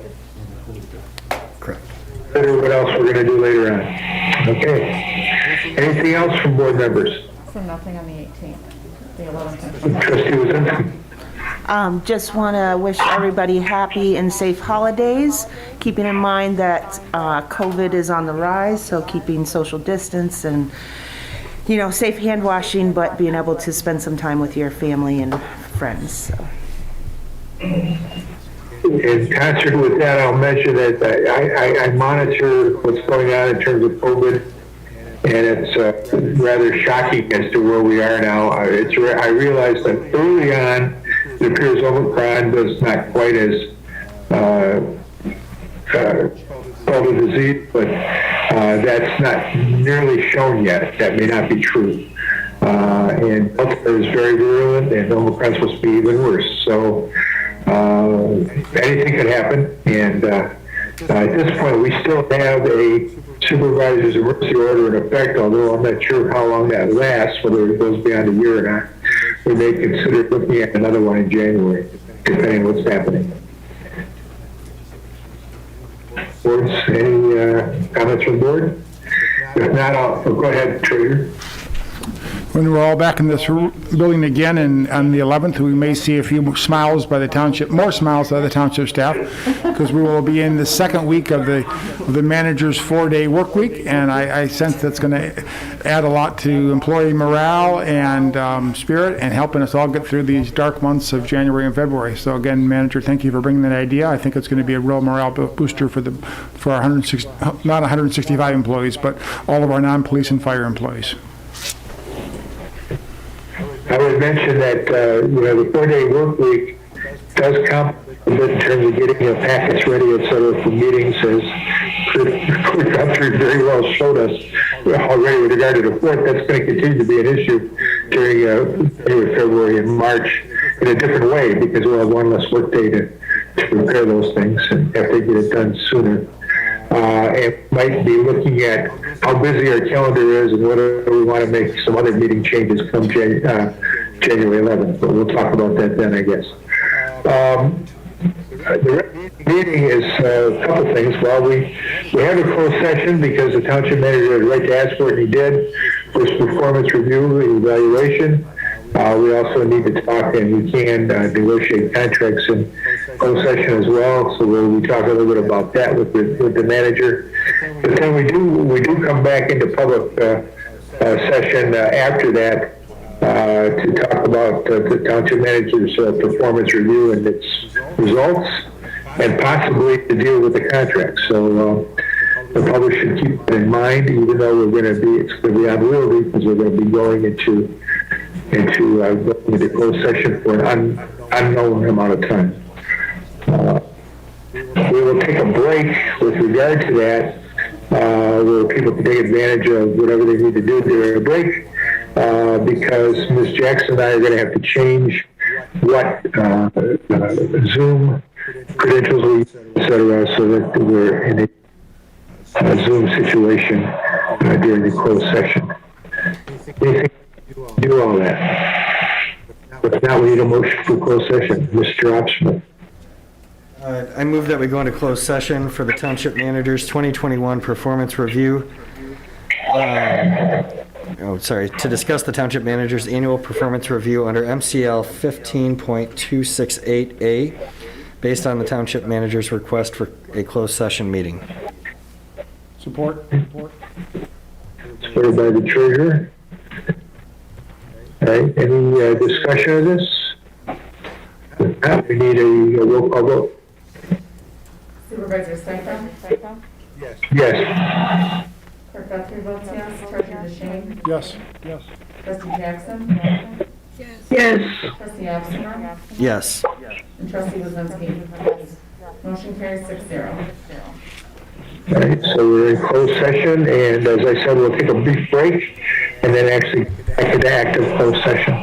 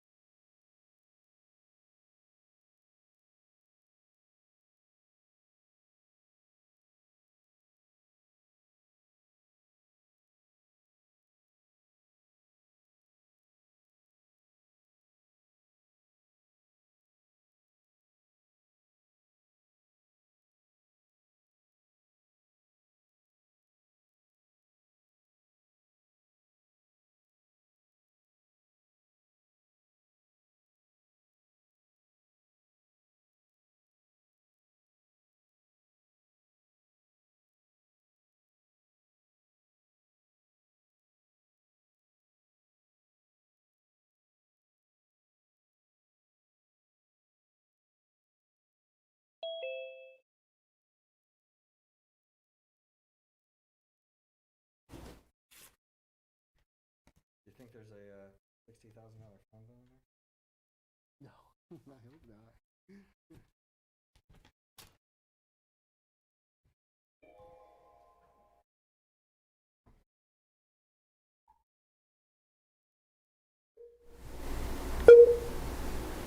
Yeah, that was the one. Welcome to Zoom. Enter your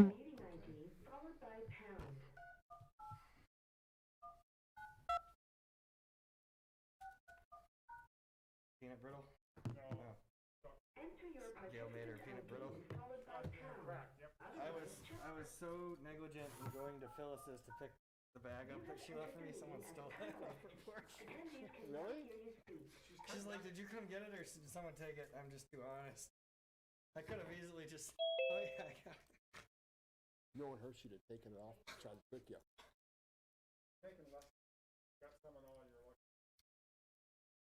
I need to get her something. Brown has trouble. I just text my daughter because she's anxious to see what happened. I said, we're coming back on. She said, God, that took a long time. I thought you got fired. Who's right back? How can you? Steve, if you can hear me, I went in the wrong way and all I got is myself. The Land Preservation Advisory Board, there's so many PhDs, they'll go till 9 without any motions. Right. I've seen those. It's like my Kiwanis Foundation meetings, but like on steroids. Were you Lansing? Can you hear us now, Ron? Except I'm kind of defunct because I haven't had Mondays available in quite some time. Any day available for that matter.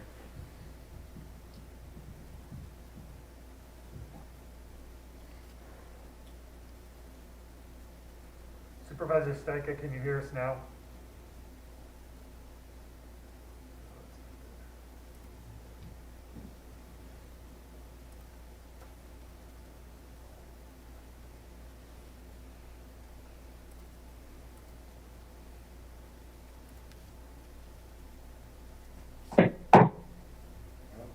So yeah, Al usually comes on Tuesday. When there's a board meeting. So, all night. Why are you mad? Why are you making that text me that? What's going on? Like it's a board meeting. When are you gonna be gone? He's like a kid. We go out of town together. Yep. I'm here. I don't see Pat though. No, we come back Friday night. Yep. Thank you. Thanks for the help on that. You know, we come back, I never tired. I mean, I'm still breathing and living. It was I'm around all the time. There's Pat. I think we're all here now. Can you hear me? I can. The doors are open and we are open to the public. All right, we're back in open session then, and just to summarize, we had a very robust discussion, talked about Mr. Walsh and what he's done the last year, his performance, and overall gave him an excellent rating, which we will then transfer onto paper and adopt a little summary in early January. Officially today, we declare that he is excellent in terms of his performance with the town. Next, we need to talk about his contract. Mr. Walsh has sent us all, and I don't know if Pat has managed to find it or not. Give me a minute. Okay. Is it an email? I'm going to forward it to the top of the entire email. Just one moment.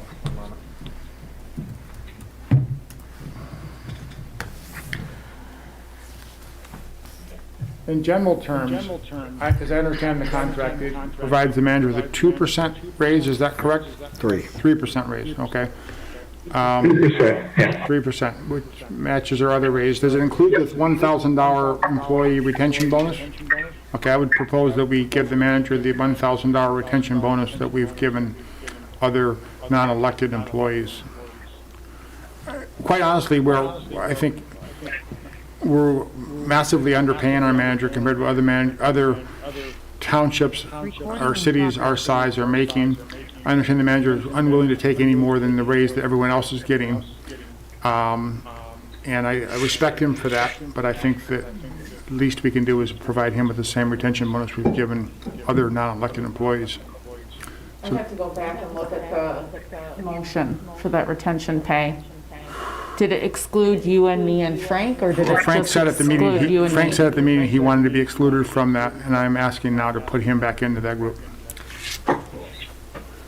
Well, Deborah, just so you understand, your salary and bills are and mine, as well as the trustees in general, are governed by the compensation board. We cannot give ourselves any kind of a raise whatsoever. Just every 2 years when they meet, they decide what we get. We can't take advantage of anything. Right, I was just asking for clarification on what the board would need to do in order to make that happen. I wasn't saying he shouldn't get it. We have to amend his No, contract. I'm just clarifying that we can't. Yeah. Okay, thank you. Yes. We would need a formal motion, and I support it from an equity standpoint, because true parity or equity in this instance would be every township employee not governed by the local elected officials compensation board receiving the same retention bonus in the December pay period of 2022. You're seconding my motion then?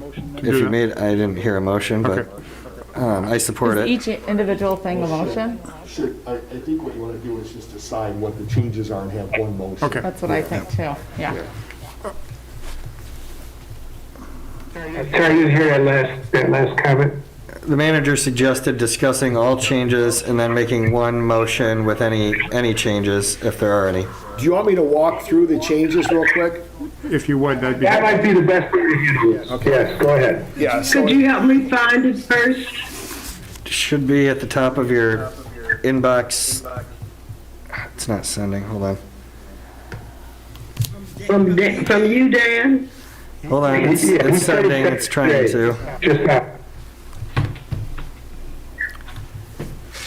you might have to refresh. While she's still looking, Frank, I noticed in the contract From my phone. that it refers to the personnel policy from 1992. So I circled that, if you could. So it was hard to see which sections you're really supposed to be adhering to and which ones, it's on page 4, it says section 12 benefits. Well, section 12 is now social media policy, which I'm sure, so these don't match the current personnel policy. So if that could be cleaned up in this contract, not anything to get hung up on or anything, but just having the current personnel policy reflect this. That's a good point.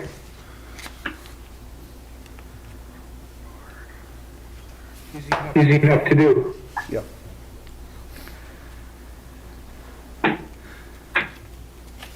Had any luck? No. I just forwarded from my phone. Sorry, the internet in the building is not working great right now. Everybody To should. my township I just got it on my. email address. Yes. I got it. There we go. I see it. Okay. The changes are in red, Pat, which will. Go ahead, Frank. You ready for me to start? Please. Okay. Okay. Okay. On page 1, it just extends the contract like we've done every year to a 3-year contract. So instead of ending in 23, it ends in 24. On page 2, section 4, salary, it's a 3% increase equal to other employees. On page 3, section D, retiree health care. Retiree health care, I would receive 50% retiree health care for my spouse and I for medical, dental, and vision.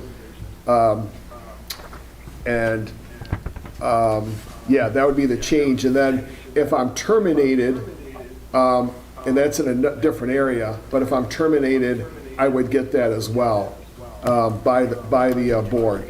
There are only two, in this whole document, there's only two substantial changes. The 3% increase in retiree health care. There's no other request made. Everything else stays the same.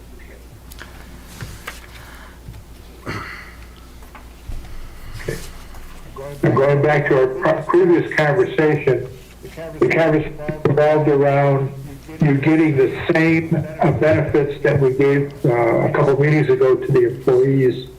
That was talked about for several meetings. That basically was either viewed as a incentive plan, or call it what you, or bonus plan, whatever you want to call it.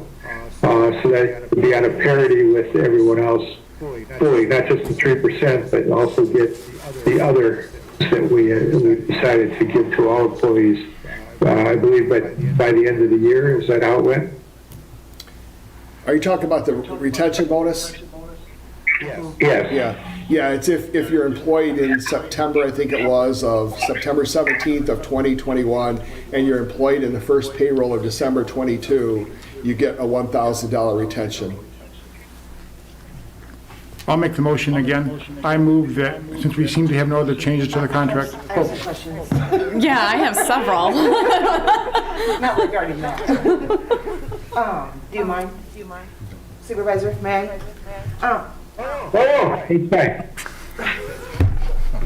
Manager Walsh, could you explain to me a little bit more about the retiree health care? Specifically, the change, how the change, how the change is different than it was before. And then can you confirm that, yes or no, that other employees get this same benefit? So police and fire have this benefit, and it's a change from being offered retiree health care at my total cost to a 50% cost sharing, which is exactly what police and fire have.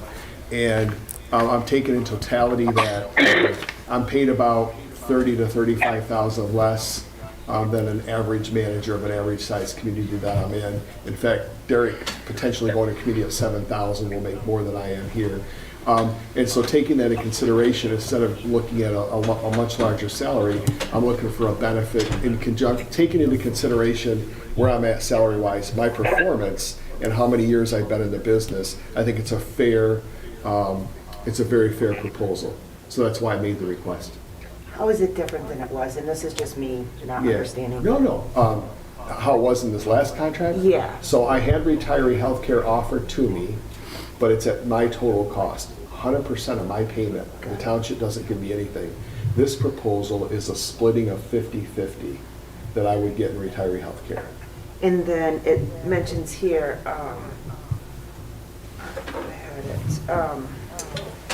and your spouse. So was your spouse included previously? Yes. Okay, so spouses are included. Right. The only change is the 50% is the only change. That's the change. Yes. Correct. That's helpful, thank you. Yes. We've lost the picture from the township. We only see Pat and I again. It's reconnecting. We can hear you though. Yeah. So I just wanted to clarify, I actually had that exact same question as Trustee Wazinski, so I actually read the collective bargaining agreements. The 50-50 provision for, which contract am I in? Police for the supervisory union is actually on page 12 of our current agreement. It's item C.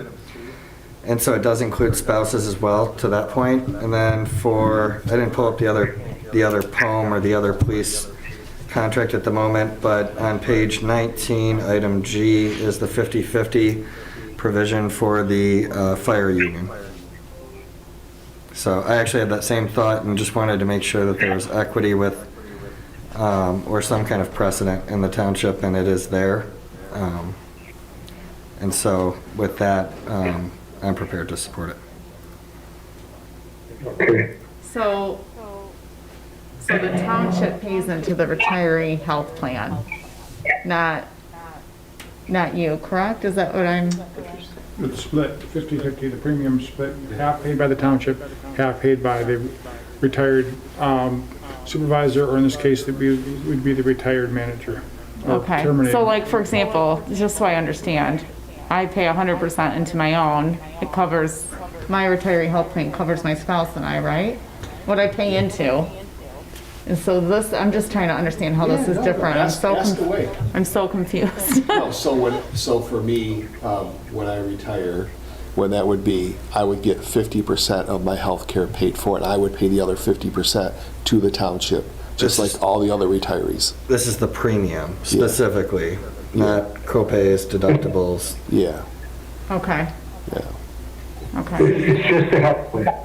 The previous provision was allowing him to purchase the contract that we're actually currently in, because this is a prospective contract, allowed the manager to purchase healthcare from the employer, meaning the township, because otherwise he would have, he could go to the marketplace that was created under the Affordable Care Act, but aside from that, he wouldn't have an actual employer to contract with. But we do cover 50% of our, the premium for both police unions and the fire union. So this is a benefit that we do offer. Okay.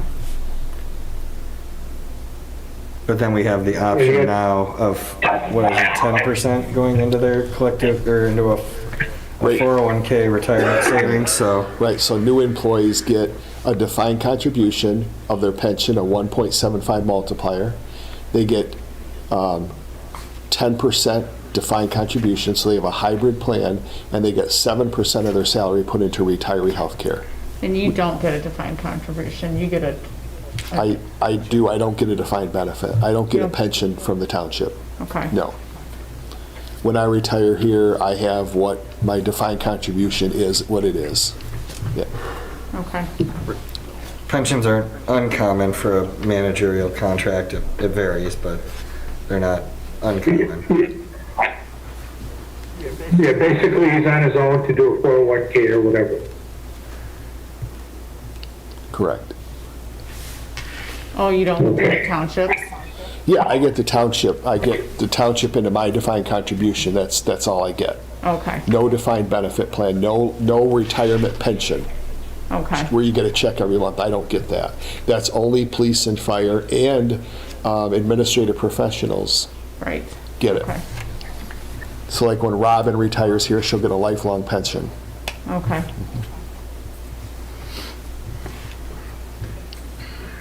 All right. Now, the motion I think that Phil was making was narrow, though. It was just with regard to one item in the proposed contract. Phil, is that right? That's correct. Am I correct in that there's no other changes other board members are suggesting to this contract?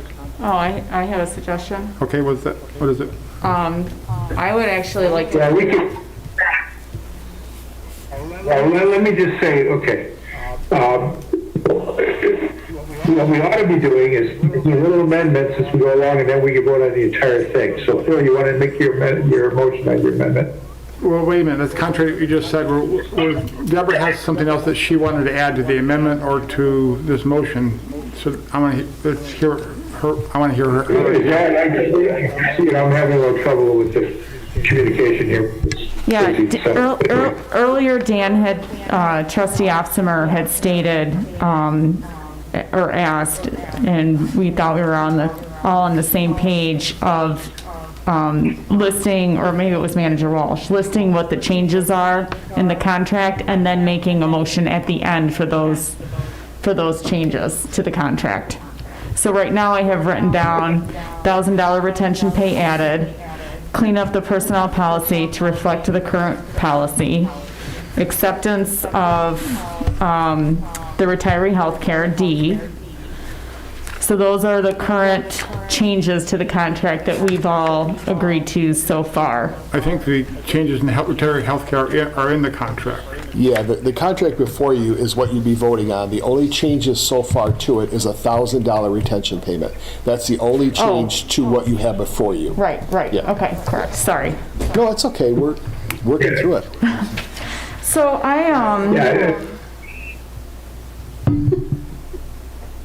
You're right. Okay. I didn't want to interrupt you. I wanted to clean up a couple of things. One is, I don't know how this affects you, so I'd have to have you on letter F. Was taking out vacation days, and in here somewhere it mentioned sick days, and I couldn't even find where you get sick days in here. So I was trying to figure out, I mean, I'd like you to take vacation days. It doesn't really seem like you unplug a lot.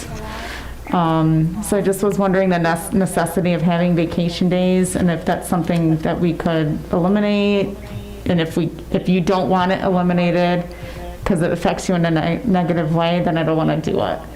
But I don't know what that would be. What are you suggesting to eliminate? My vacation? If there's a requirement that states you have to take a certain number. I go way beyond. I go way beyond. I mean, I took 20-some. Well, see, I give 5 back because of my personal business I do, and I take some calls during the day, so I give 5 back automatically. Because just to make it right for me if I take a call during the day. And then I take 15 personal days a year, or vacation days a year. So I meet that every year. And so I'm just saying, like, Phil and I don't have to, like, put in vacation time on our, you know what I mean? Like, I don't feel like I need to require the manager to do that. Right, you're elected though, and I have, I just think this is a thing they want to make sure that I'm taking time off. I think it's a good thing to have in there, just to keep it, and I've taken in the 20s every year. In fact, Phil asks me every year how many I've taken. And then in here it references sick time, but I couldn't see that anywhere. Like, I see a whole thing on vacation, but I don't see. Yeah, the sick time would just be under, it would be under, like, the sick leave would, I get what everybody else gets, 12 days. Under the personnel policy. Yeah, under the personnel policy, yeah. Okay. Everyone gets. References. Yeah, everyone gets 12 days. All right, and then I had one other item I wanted to address, and that is the automobile, the $800 monthly allowance. I would like to eliminate that and raise the salary by $10,000. I would rather raise the salary from $135 to $145 and eliminate the $800 monthly allowance. I think it's important that we raise the salary that's more commensurate, and I think even $145 is lower than what it should be. I think that's actually a good choice. Well, I think, isn't it proposal 148? No. No, the proposal, right now I'm making 135 and change. 3% on top of that is 139. What you're suggesting is to take the $9,600 from the car allowance and move it on top of the 139. Yeah, just make it even $10,000, get rid of the $800 a month, and you can even do $1,000 a month. No, he wants it to be parity with what, so 9,600 is the precise amount. Yeah. Oh, okay. You were right, you were just rounding up but 800 times by 12 is 9,600. Right. So add 9,600 to 139, 316. But don't you have to pay taxes on that? I have to pay taxes on it either way. On the car allowance? Yeah. It's 148,910. 148,910. Great. And then still keep the language in there about you being able to use a car and all that kind of stuff. Of course, and mileage reimbursement, of course, keep all that other language in there. Yeah, and I would only use a vehicle if I went on a trip, not anywhere around here. But yeah, that's fine. Yeah, because So we would take out the language about being able to have a car. This should come out too, since I'm being compensated. We need to take out the language about a car being able to purchase a car, and then the $800 a month should come out as well, both of them. Yeah, so just all of C should be struck. And then it would just be regular employee policy. No, because some of it says that he can use a township vehicle if he goes on business and stuff like that. I would do that anyway, since I don't have a car allowance. I would take it, if I go to Traverse City to a meeting, I would take a car, just common sense. Okay, we it's can probably covered under the personnel policy. We can too. strike C. Okay.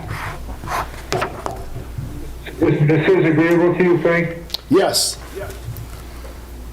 Okay. As it's been suggested in prior years, and it was not, so that's why I'm surprised. Okay. I keep a very open mind. And I want Pat to note that. He's also endorsing 4-day work weeks too. Miracles never cease to amaze us. But I like the idea of staggering that next year, 4 and 4, and still do it, but let people choose their. I do too. Yeah, it's a better idea. Yeah. All right, do we have a new summary as to where we are on this contract? So I guess, why don't you make the motion? Deborah, did you have any other questions? Hopefully something. I'm trying to get a summary so then we can find out if there's anything All else. the personnel language stuff is all I had, cleaning that up. Okay, I'll take a stab at a complete motion with the changes. Is that okay, Phil? Sure. Okay. So on page 3 of the I move on page 3 of the contract to strike item C. Page 1, the term. Oh, that's already in there. Okay. Yeah. Okay. So I move on page 3, item C, to strike item C, to increase the salary on page, my apologies, Section 4. to increase the salary in section 4 to $148,910, which is putting the car allowance lump sum on top of the salary in the contract and striking the contract. And then lastly, to include a provision that would mirror the 2022 budgeted retention bonus that will be paid out in December of 2022 in the amount of $1,000 per year. And to clean up the personnel. And, or actually 1,000 in calendar year 2022 only. It's a one-time bonus, not Yes, it's a one-time for calendar year 2022. And was there one other item? Cleaning up the personnel. Oh, and updating the citation for the personnel policy in the township. I second that motion. Okay. I can't see anybody anymore, haven't been able to for a while, but I can hear you all. All right.